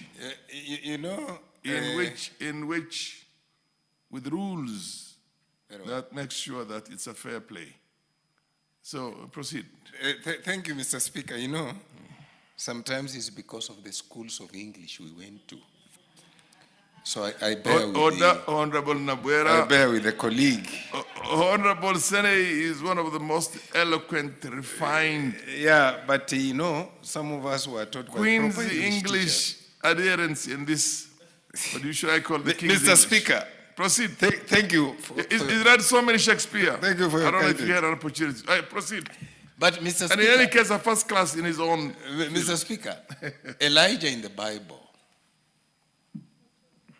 the book of Elijah, is very clear on knowledge. It presupposes that every day is a learning day. Mr. Speaker, what I was saying is that there are few people in this country holding coffee farming hostage.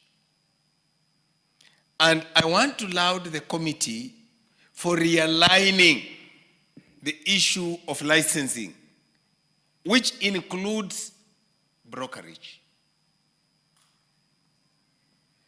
Mr. Speaker, my only advice, where we have required that the minister brings regulations to this house, can they be followed up to ensure that they come as fast as possible? We have seen elsewhere where we passed the law, including the Sugar Act. They are dilly-dallying with the regulations, which are supposed to operationalize the act. Thank you, Mr. Speaker. Honorable Sani Ibrahim. Mr. Speaker, I am not a coffee farmer, and I don't come from an area where coffee is grown, but we really consume coffee. Being a member of this National Assembly, we represent the country in its entirety. And I can't remain indifferent to any matter that affects any Kenyan wherever they are. And with that belief, I felt wise, however shallow it might be, that I do contribute my voice to this very important bill, mediated bill. Mr. Speaker, we are talking of a crop affecting nearly over 800,000 households in the country.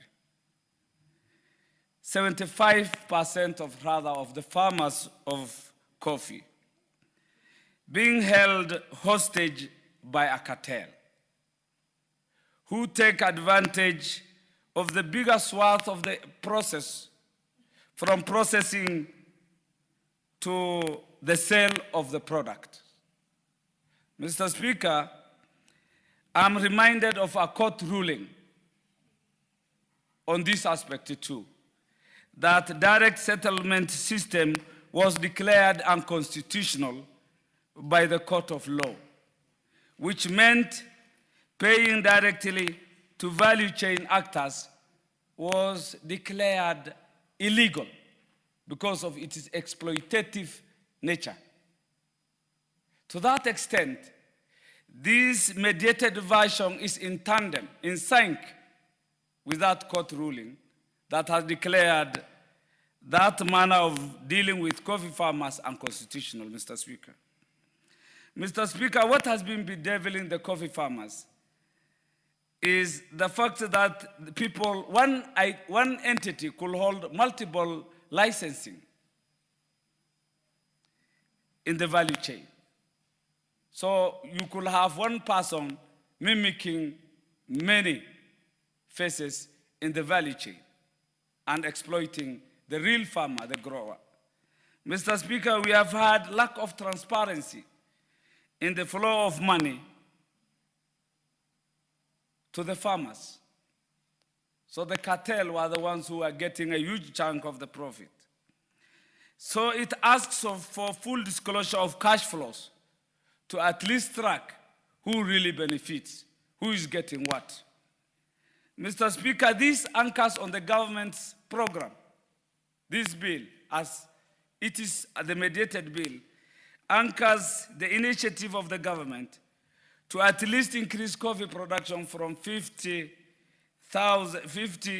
metric tons to 150 metric tons by the year 2029.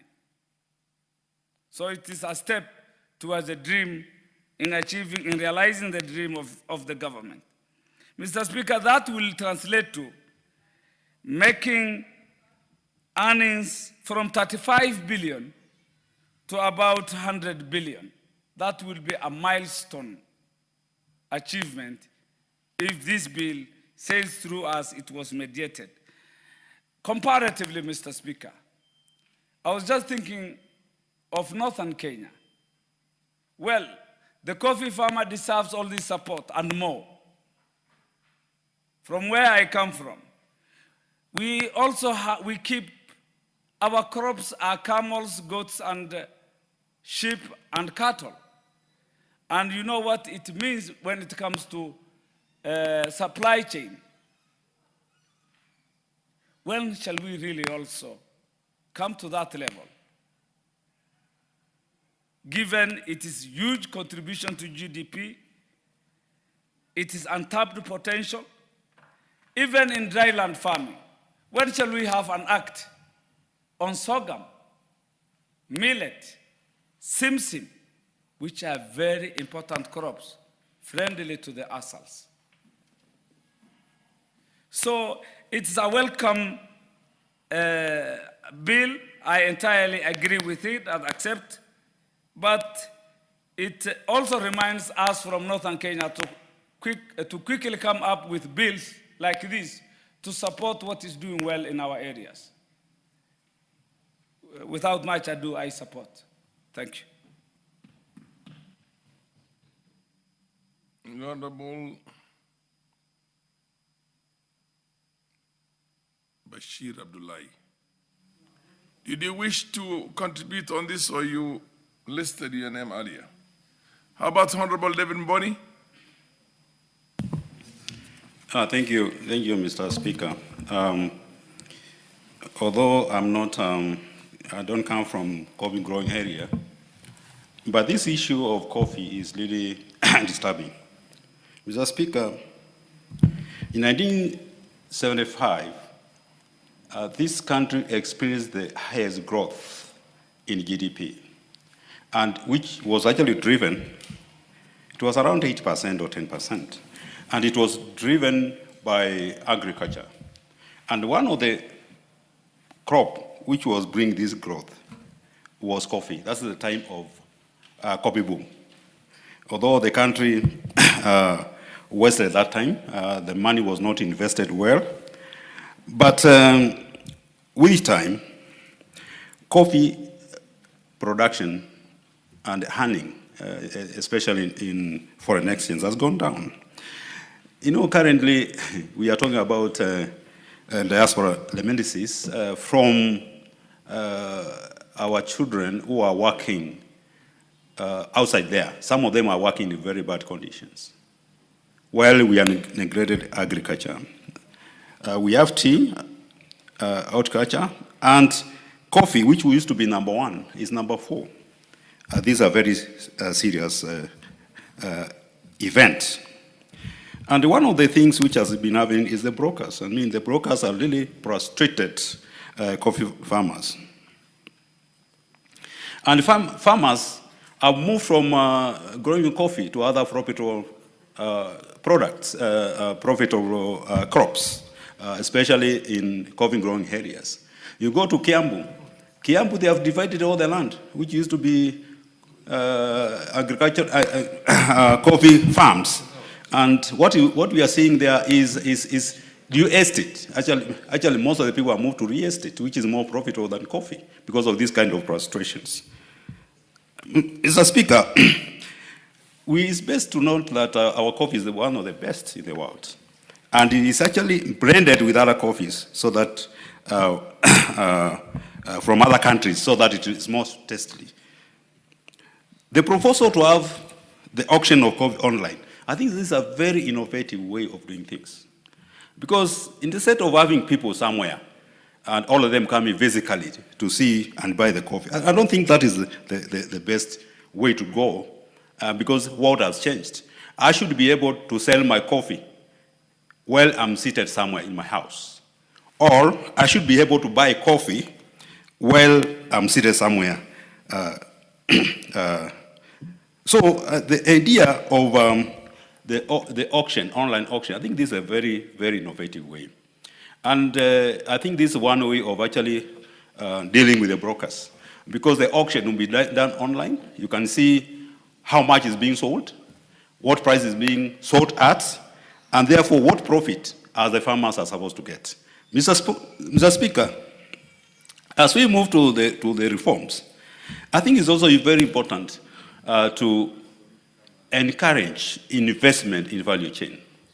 Most of the time, we are taking our own coffee, which we have exported in raw form to other countries, and then we buy it back.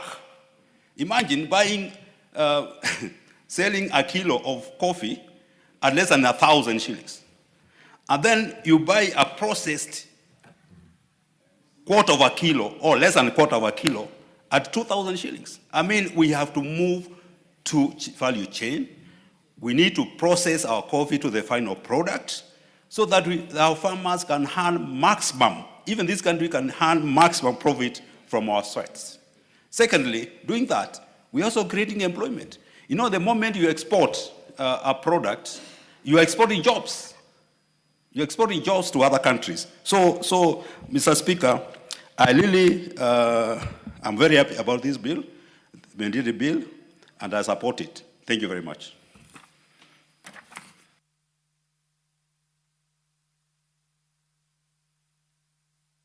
The Honorable Abdul Haro in the House? No. Other circumstances, there doesn't seem to be any interest. I don't see any more interest. Can I call on the mover to reply?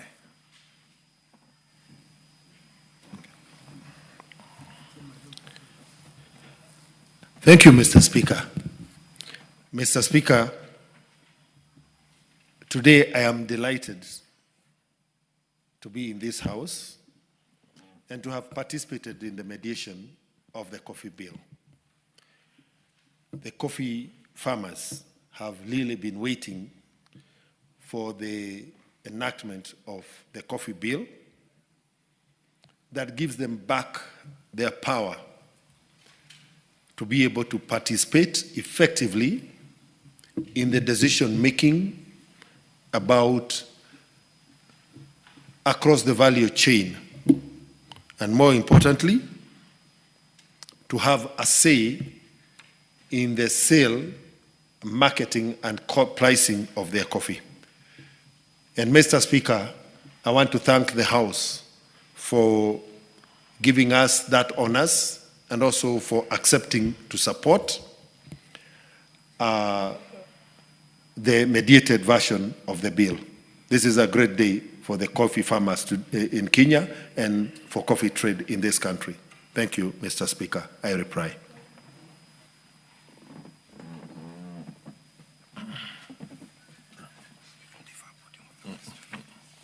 I'll put the question.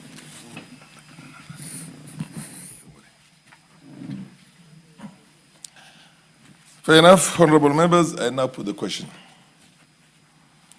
That pursuant to the provisions of Article 113(2) of the Constitution and Standing Order 153, this House adopts the report on the Mediation Committee on Coffee Bill, Senate Bill number 10 of 2023, laid on the table of the House on Tuesday, the 2nd of December, the year 2025, and approves the mediated version of the Coffee Bill, Senate Bill number 10 of 2023. Will as many of the say aye? Will as many of the contrary say nay?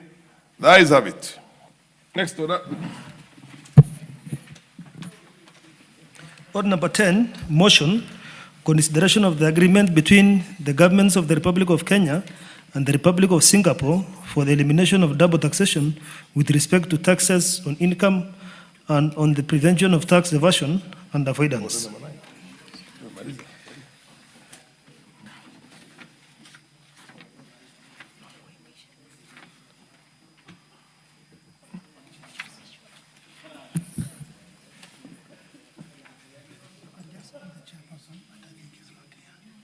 Order number 10.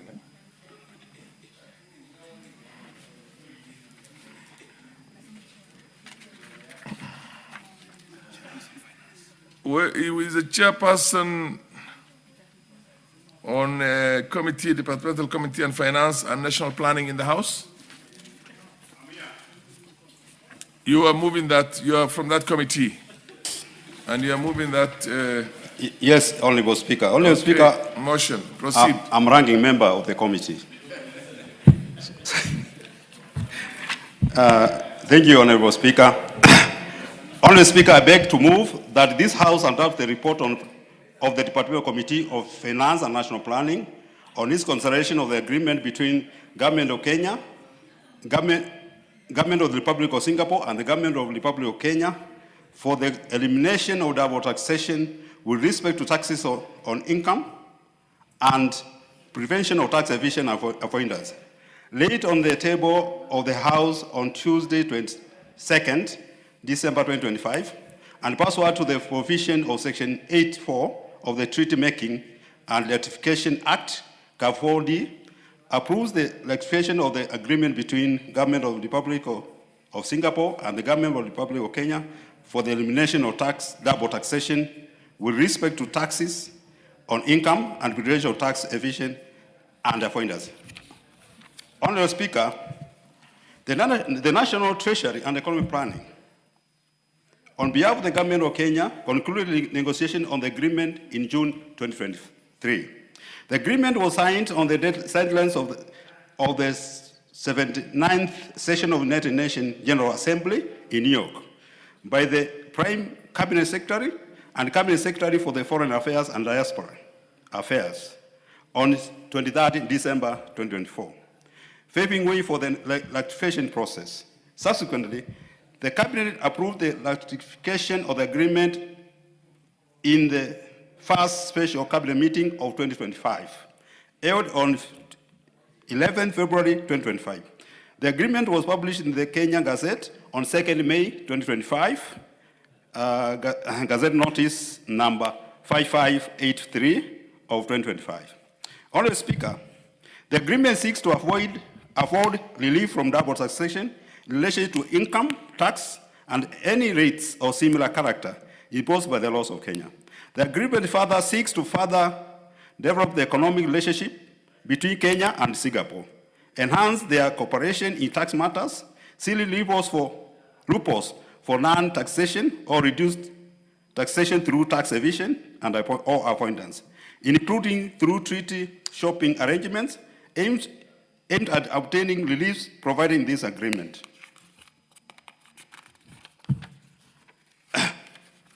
This agreement for the indirect benefit of residents of third jurisdictions.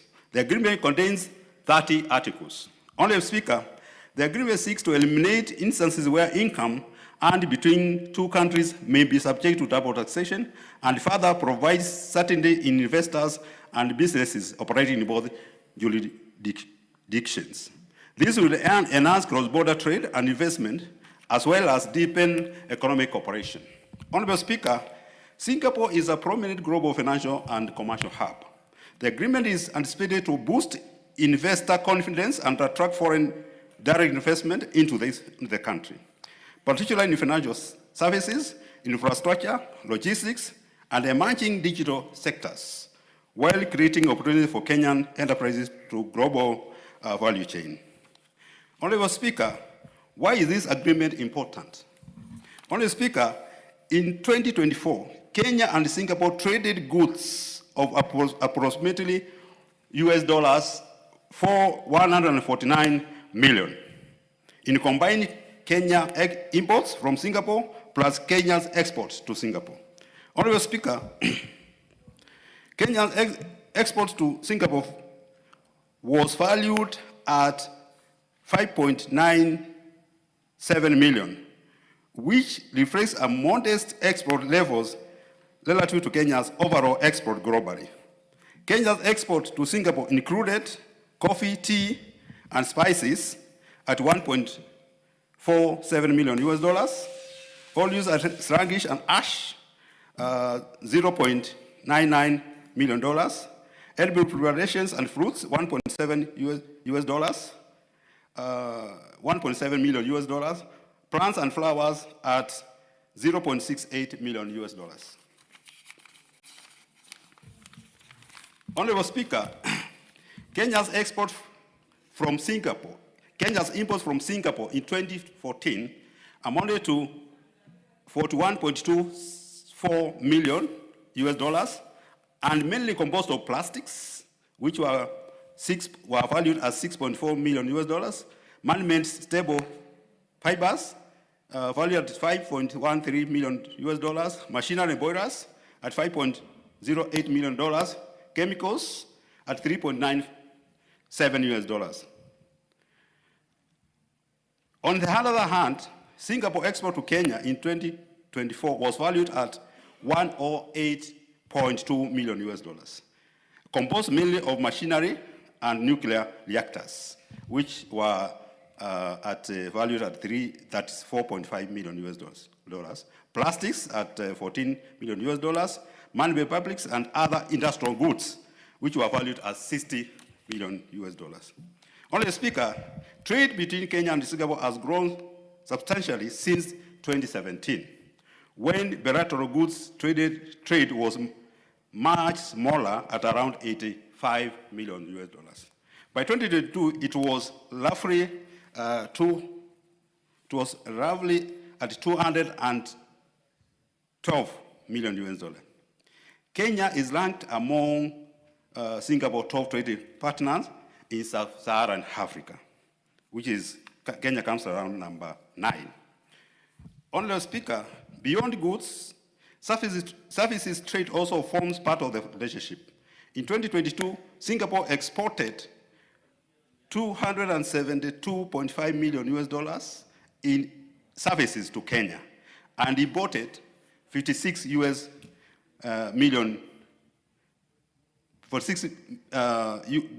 US dollars in services from Kenya. A bilateral agreement, a bilateral investment treaty and air services agreement exist to promote further economic ties and investment. Honorable Speaker, the agreement contains 30 articles consistent of international standards on tax treaties, providing clarity on taxation of income, including businesses' profits, dividends, interest, royalties, capital gains, and employment income, while ensuring that each country's taxing rights are well protected.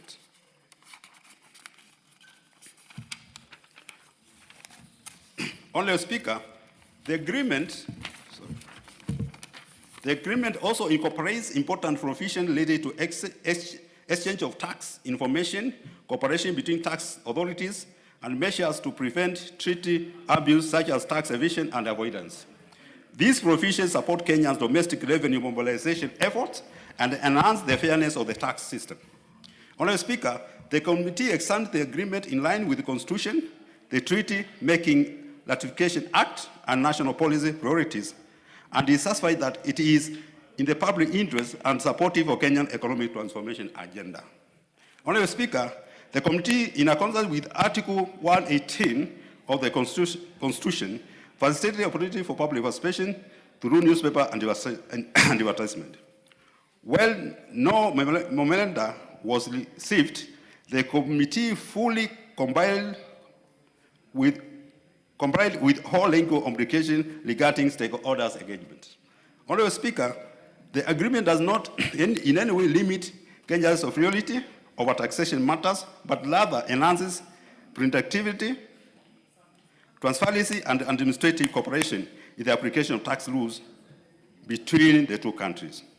In consideration of the benefits outlined and having met all the legal requirements, the committee recommends that the House approves ratification of this agreement in accordance with Section 8 of the Treaty-Making and Ratification Act, CAV 4D. Honorable Speaker, accordingly, I urge the House to adopt the report of the Departmental Committee of Finance and National Planning and approve the ratification of the agreement between the government of the Republic of Singapore and the government of the Republic of Kenya for elimination of double taxation with respect to taxes on income and prevention of tax evasion and avoidance. With those few remarks, I request the minority. There is no minority leader here. The deputy majority leader, Honorable Mbaya, to second. Thank you, Honorable Speaker. You know, Treasury, former Treasury Mandarin is a friend of mine, and I enjoy working with him, and that's why I take this opportunity to second him. Not just him, but also the motion that he has just tabled. Honorable Speaker, what the 2010 Constitution did was very fundamental shift, that all agreements that are signed, bilateral agreements that are signed, must actually come to this House, and that the House of Representatives must also look at them and come up with a consent and agree, Honorable Speaker. That's one of the fundamentals that we achieved from the 2010 Constitution. And that's why we have this bilateral relationship between Kenya and Singapore on the issues of taxes coming to the floor of the House, Honorable Speaker. If you look at the presentation that has been made, Honorable Speaker, by the Honorable Member, my Speaker, I just want to make just one reference here. This is about elimination of double taxation with respect to taxes on income and prevention of tax evasion, Honorable Speaker. This, if you read the title of this bilateral agreement, it tells you the importance of it. One, that we are going to have elimination of double taxation with respect to taxes on the income and the prevention. And I think that's a key word. Prevention of tax evasion and avoidance of taxes. Honorable Speaker, when we have this kind of agreements, Honorable Speaker, it gives us an opportunity, Honorable Speaker, to actually get more money to the country. When we eliminate double taxation, Honorable Speaker, what we get is an opportunity to make more money because we stop evasion of taxes, Honorable Speaker. And I think this is a very important agreement. It's a bilateral agreement between Kenya and Singapore, Honorable Speaker. The balance of trade between Kenya and Singapore, you see, it disadvantages us. Our exports around 5 billion, and they have 14, Honorable Speaker, US dollars, Honorable Speaker. But as we work, Honorable Speaker, we hope and pray and work hard as Kenyans to actually reach where Singapore has. I love the dream the President has, Honorable Speaker, and this is very significant, that we can actually, within our time, transform this country into a first world country by ensuring that the incomes that we get, we ensure that we have more exports, Honorable Speaker. We ensure that we have more investments that are coming into the country, Honorable Speaker. That way, the dream of being a first world is a reality. I believe that it is reality, that we can be a Singapore in Africa, Honorable Speaker, and boast about it. But there are certain fundamental things that, Honorable Speaker, we must do. One of them, enter into this bilateral agreement that we are looking at here today, Honorable Speaker, and also ensure that the balance of trade eventually favors Kenya, or we have just a balance, Honorable Speaker. Honorable Speaker, Kenya's exports to Singapore are at 5.97 million US dollars. Kenya imports from Singapore is 41.25 million US dollars. The remainder reflects Singapore's export to Kenya, Honorable Speaker. Now that disadvantages us. But what is it that we send to Singapore? We send coffee, tea, and spices. We do iron ores and slag and ash, edible preparations and fruits, plants and flowers, Honorable Speaker. These are the things that we take to Singapore. Now, to ensure that we avoid, it is in these businesses, Honorable Speaker, I can see the Honorable Member is looking at me, it is on these businesses that we find tax evasion. People want to cut, here and there so that they evade taxes, because they think probably that there is double taxation. And when someone feels that there is double taxation or is being overtaxed, Honorable Speaker, the first thing he wants to do is to evade the tax. But when now we enter into this bilateral agreement and say, all right, so let's remove double taxation. When we remove double taxation, then there'll be one way of taxation, Honorable Speaker. Then what we get is people stop avoiding paying taxes. They avoid and they stop evading taxes, and therefore we make more money. And that's why this bilateral agreement, my Speaker, is very important. That's why I second it and support it, and ask the members of this House to support it so that we can make progress as a country and get more money to develop the country. I thank you, Honorable Speaker. And I second.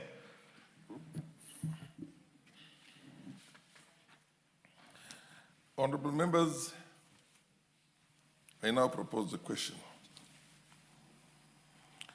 that this House adopts the report of the Departmental Committee on Finance and National Planning on its consideration of the agreement between the Government of the Republic of Singapore and the Government of the Republic of Kenya for the elimination of double taxation with respect to taxes on income and the prevention of tax evasion and avoidance, laid on the table of the House on Tuesday, the 2nd of December, the year 2025, and pursuant to the provisions of Section 8.4 of the Treaty Making and Ratification Act, Cap 4D, approves the ratification of the agreement between the Government of the Republic of Singapore and the Government of the Republic of Kenya for the elimination of double taxation with respect to taxes on income and prevention of tax evasion and avoidance.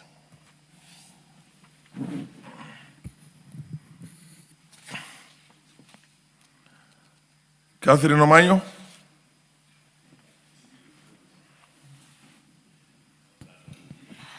It's a report by our chair, and Honorable Kivasu is the one to read. I'll second. We are dealing with order number 10. Fair enough, there being no more interest in this business, I'll call on the mover to reply.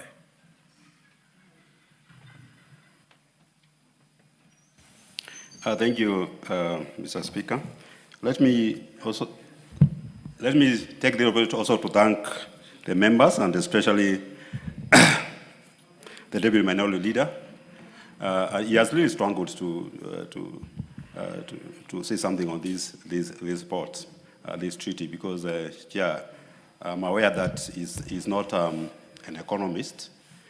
He did a degree in teaching, so he has really tried. But let me say this. This double taxation actually is a big discouragement to investments, because what we are trying to admit is that, if Singapore starts a company here, and then we tax the company, when they take the profit back to the country, is also taxed, and vice versa for the country. So this treaty is supposed to encourage foreign direct investment in both countries. And Honorable Speaker, this country is really fighting very hard to get foreign direct investment. The other day, it was reported that we are improved. But when you look at the foreign direct investment in Kenya compared to East Africa, when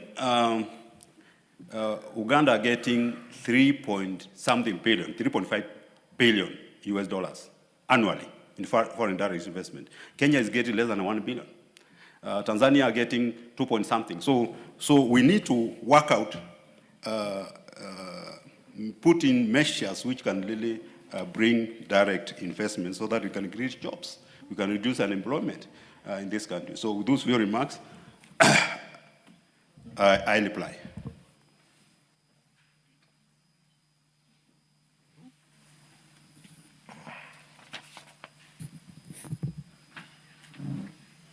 Honorable members,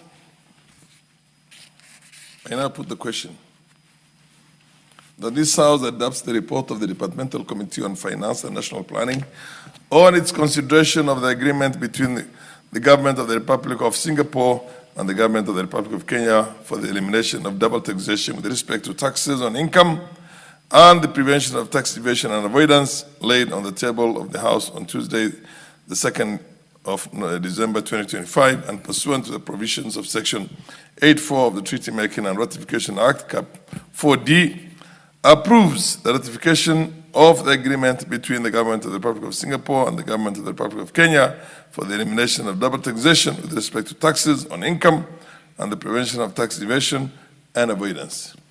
Will as many of opinion say aye? Aye. Will as many of contrary opinion say nay? The ayes have it. Next order.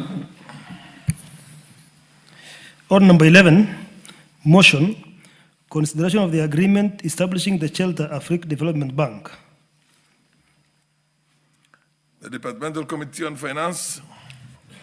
Thank you, Honorable Speaker. Honorable Speaker, I beg to move that the House adopt the report of the Departmental Committee on Finance and National Planning on its consideration of the agreement for the establishing the Shelter Africa Development Bank, laid on the table of the House on Tuesday, 2nd December 2025, and pursuant to the provision of Section 8.4 of the Treaty Making and Electrification Act, CAP 4D, approves the ratification of the agreement establishing the Shared Afrique Development Bank. Mr. Speaker, Shared Afrique currently is headquartered here in Nairobi and has been a key institution supporting housing development across Africa since its establishment in 1981. Kenya is not only a founding member, but also the largest shareholder, holding 16.23% of the paid-up capital. The transformation of Shared Afrique into fully-fledged development bank is intended to reposition the need to better mobilize resources globally and support governments in delivering affordable housing and urban development.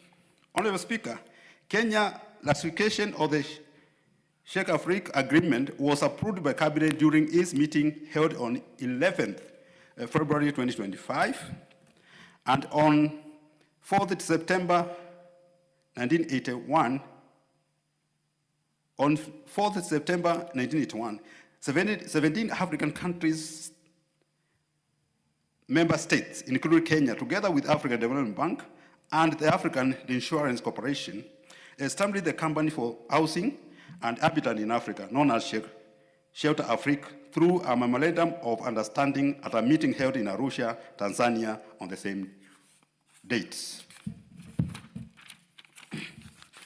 Honorable Speaker, pursuant to Section 81 of the Treaty Making and Ratification Act, CAP 4D, the Cabinet Secretary for Foreign and Diaspora Affairs submitted the parliamentary memorandum on Kenya accession of the agreement establishing European Bank for Reconstruction and Development to Speaker of National Assembly, laid on the table of the House and committed to the committee in line with Standing Order 170A1. Honorable Speaker, this agreement supports the government priority programs under the bottom-up economic transformation agenda. The housing component is critical to addressing the current housing deficit and stimulating job creation in the construction sector. By ratifying the agreement, Kenya will secure the following. 1, increase access to long-term sustainable development financing. 2, support to public and private sector housing developers.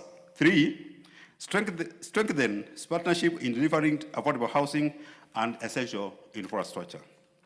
Shared Afrique has already financed over 135 housing-related projects in Kenya, valued at $319.5 million, including student accommodation, microfinance housing loans, and public-private partnerships such as the Everest Park project and the Karibu Homes development in Athi River. Honorable Speaker, the agreement introduces a new governance framework, including a board of directors with expanded decision-making powers, a nine-member advisory council comprising finance ministers and finance experts, and clear obligations for members to participate stakeholders, including the loss immunity. After careful analysis, the committee found that these provisions are consistent with the international law and practices governing multilateral financial institutions. They do not contradict the Constitution and are necessary to safeguard the independence and financial integrity of the institution. Importantly, Honorable Speaker, the agreement does not require any amendment to the Constitution. Only the Shared Afrique Act, CAP 493C, and the Host County Agreement 1983 will require review and alignment once ratification is completed. Honorable Speaker, through ratification, Kenya will affirm its diplomatic commitment to coordinate development, to secure financial opportunities to accelerate delivery of affordable housing. 3, strengthen Nairobi's position as a regional hub for development, finance, and multilateral cooperation. And lastly, gain expanded technical support through the Center of Excellence, including knowledge sharing, research, and capacity building. Honorable Speaker, this will further enhance Kenya's relationship as host of headquarters and ensure continued economic and strategic benefits from its membership. Honorable Speaker, the agreement presents a significant opportunity for Kenya to expand its access to housing finance and unlock economic growth. The community is satisfied that the agreement aligns with the Constitution and promotes national development priorities. I therefore request this Honorable House to approve the ratification of the agreement establishing the South African Development Bank and adopt the report on the Department Committee on Finance and National Planning. With those few remarks, I beg to move and request Honorable Deputy Minority Leader to second. Honorable Speaker, I actually do that. I second this motion on the consideration of the agreement establishing the Shelter Africa Development Bank. Honorable Speaker, ably moved by the Honorable Member. Honorable Speaker, the Shelter Africa Development Bank, like you have heard from the mover of the motion, Honorable Speaker, is one way of establishing a bank that will help us finance housing in this country, Honorable Speaker, which is one of the key components of the better plan, Honorable Speaker. Honorable Speaker, Shelter Africa was established sometime earlier on, Honorable Speaker, as has been ably elucidated, Honorable Speaker, I think in February, in 1981, that's when it was established, Honorable Speaker. But the problem is it has been there. Kenya is actually a founding member. And interestingly, Kenya owns 16.23% of the shares of Shelter Africa, Honorable Speaker. This is a multilateral. It's a multilateral because many other countries are members, including the African Development Bank. Kenya has put in a lot of money in Shelter Africa. But then we need to ratify so that Shelter Africa now becomes a development bank. Becomes a development bank that is able to finance a lot of the programs that we have. Notably, Honorable Speaker, actually Shelter Africa has funded over 135 projects in this country already.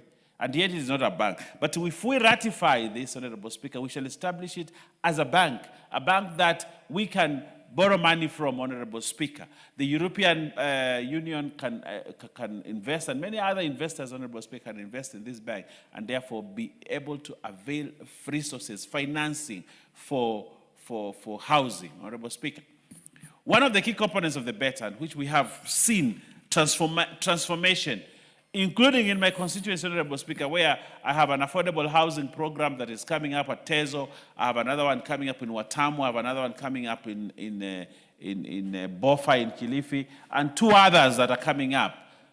Employment has been created for many people, Honorable Speaker. Apart from that, Honorable Speaker, materials that have been bought from hardwares, Honorable Speaker. Construction sites are going on and jobs have been created, Honorable Speaker. So investing in a Shelter Africa and establishing Shelter Africa as a bank is actually to ensure perpetuity, to ensure continuity of the projects that we have, Honorable Speaker. And therefore, I want to request this House, sincerely, to support the establishment of Shelter Africa as a development bank, Honorable Speaker, just like we have many other development banks in the world. But this is a bank that Kenya will control, and that's the beauty of it. Kenya will control this because it's the majority shareholder, Honorable Speaker. And it is a Kenyan-born bank, Honorable Speaker, and it will be headquartered here, Honorable Speaker. So in terms of benefits, Honorable Speaker, some of the benefits I can see, Honorable Speaker, increased access to long-term sustainable development financing. That's one of the benefits that we have. Secondly, it will support to public and private sector housing developers, Honorable Speaker. So this bank will not only support public or government, but it will also support, Honorable Speaker, private developers. If the Honorable Speaker today wants to become a developer and has a plot in Mutahi, has a plot in Kilifi, or has a plot there, and he wants to be a developer, he can go to Shelter Africa Bank, Development Bank, and get some money. I thought you would say Slee. Oh, Isli, no, Isli is too full. It's too full. Isli is too full, Honorable Speaker. But I want to welcome you to Kilifi. Vipingo is one area that you should come and put up a huge investment, development investment, Honorable Speaker. And you can get money from Shelter Freak, Honorable Speaker. Thirdly, Honorable Speaker, is strengthened partnership in delivering affordable housing and essential infrastructure. Honorable Speaker. So this bank will do that. But again, what is in it for Kenya? What is in it for Kenya? When we establish this bank, what is in it for Kenya, Honorable Speaker? As a nation, as a state, you know, as a democracy. One of them is it affirms Kenya's diplomatic commitment to continental development. Diplomatic commitment to continental development. We are the center of it. We are the center of it. You know, UN and Gigiri, all those things being here. Then now we have this bank, Honorable Speaker. Kenya, in terms of diplomacy, Honorable Speaker, we stand tall. We stand tall. Secondly, Honorable Speaker, we secure financing opportunities to accelerate the delivery of affordable housing. And we also strengthen Nairobi's position as a center and as a regional hub for development financing and multilateral cooperation. These are important things, Honorable Speaker, just by ensuring that we have established this development plan. And lastly, we gain expanded technical support through the Center of Excellency and including knowledge sharing, research, and capacity building. So apart from that, this bank will be out there giving out money, Honorable Speaker. It will be a huge employer. International expertise will come to these countries, Honorable Speaker, and will continue to develop Kenya as a hub, as a regional hub for development and for diplomacy, and also attract other investments, Honorable. So it positions Kenya up there by establishing the Shelter Freak Development Bank. Apart from housing and all those other benefits, Honorable Speaker, we become the regional giant, Honorable Speaker, in diplomatic, in multilateral diplomacy, Honorable Speaker. With those many remarks, Honorable Speaker, I second. Yeah. What's your point of order? Honorable Senator, you on a point of order? Yes, sir. Yeah, what's your point of order? Mr. Speaker, looking at the quorum, number 35 of our standing order, we have serious critical matters lined up for debate. More so, if you look at the one on the British Army training unit in Kenya, a very serious report, damning report. Fair enough. I would request that this be deferred to tomorrow so that we can... Order, honorable member, you raised an issue of quorum, and understandably the chair is also convinced that we don't have quorum. But then we have to ring the quorum bell for 10 minutes. Where is the whip or whips, majority leader? Deputy majority leader, proceed and get some members to come into the house. Order, honorable members, there is a quorum bell, so get members to come into the house.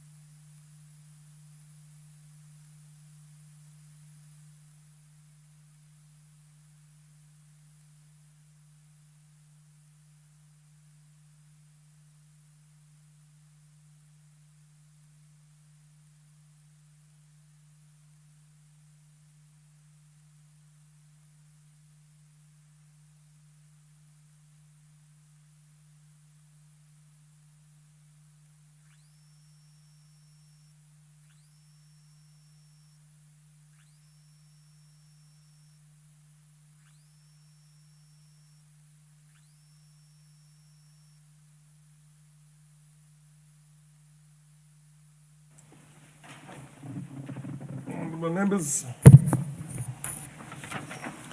actually, as a matter of fact, all the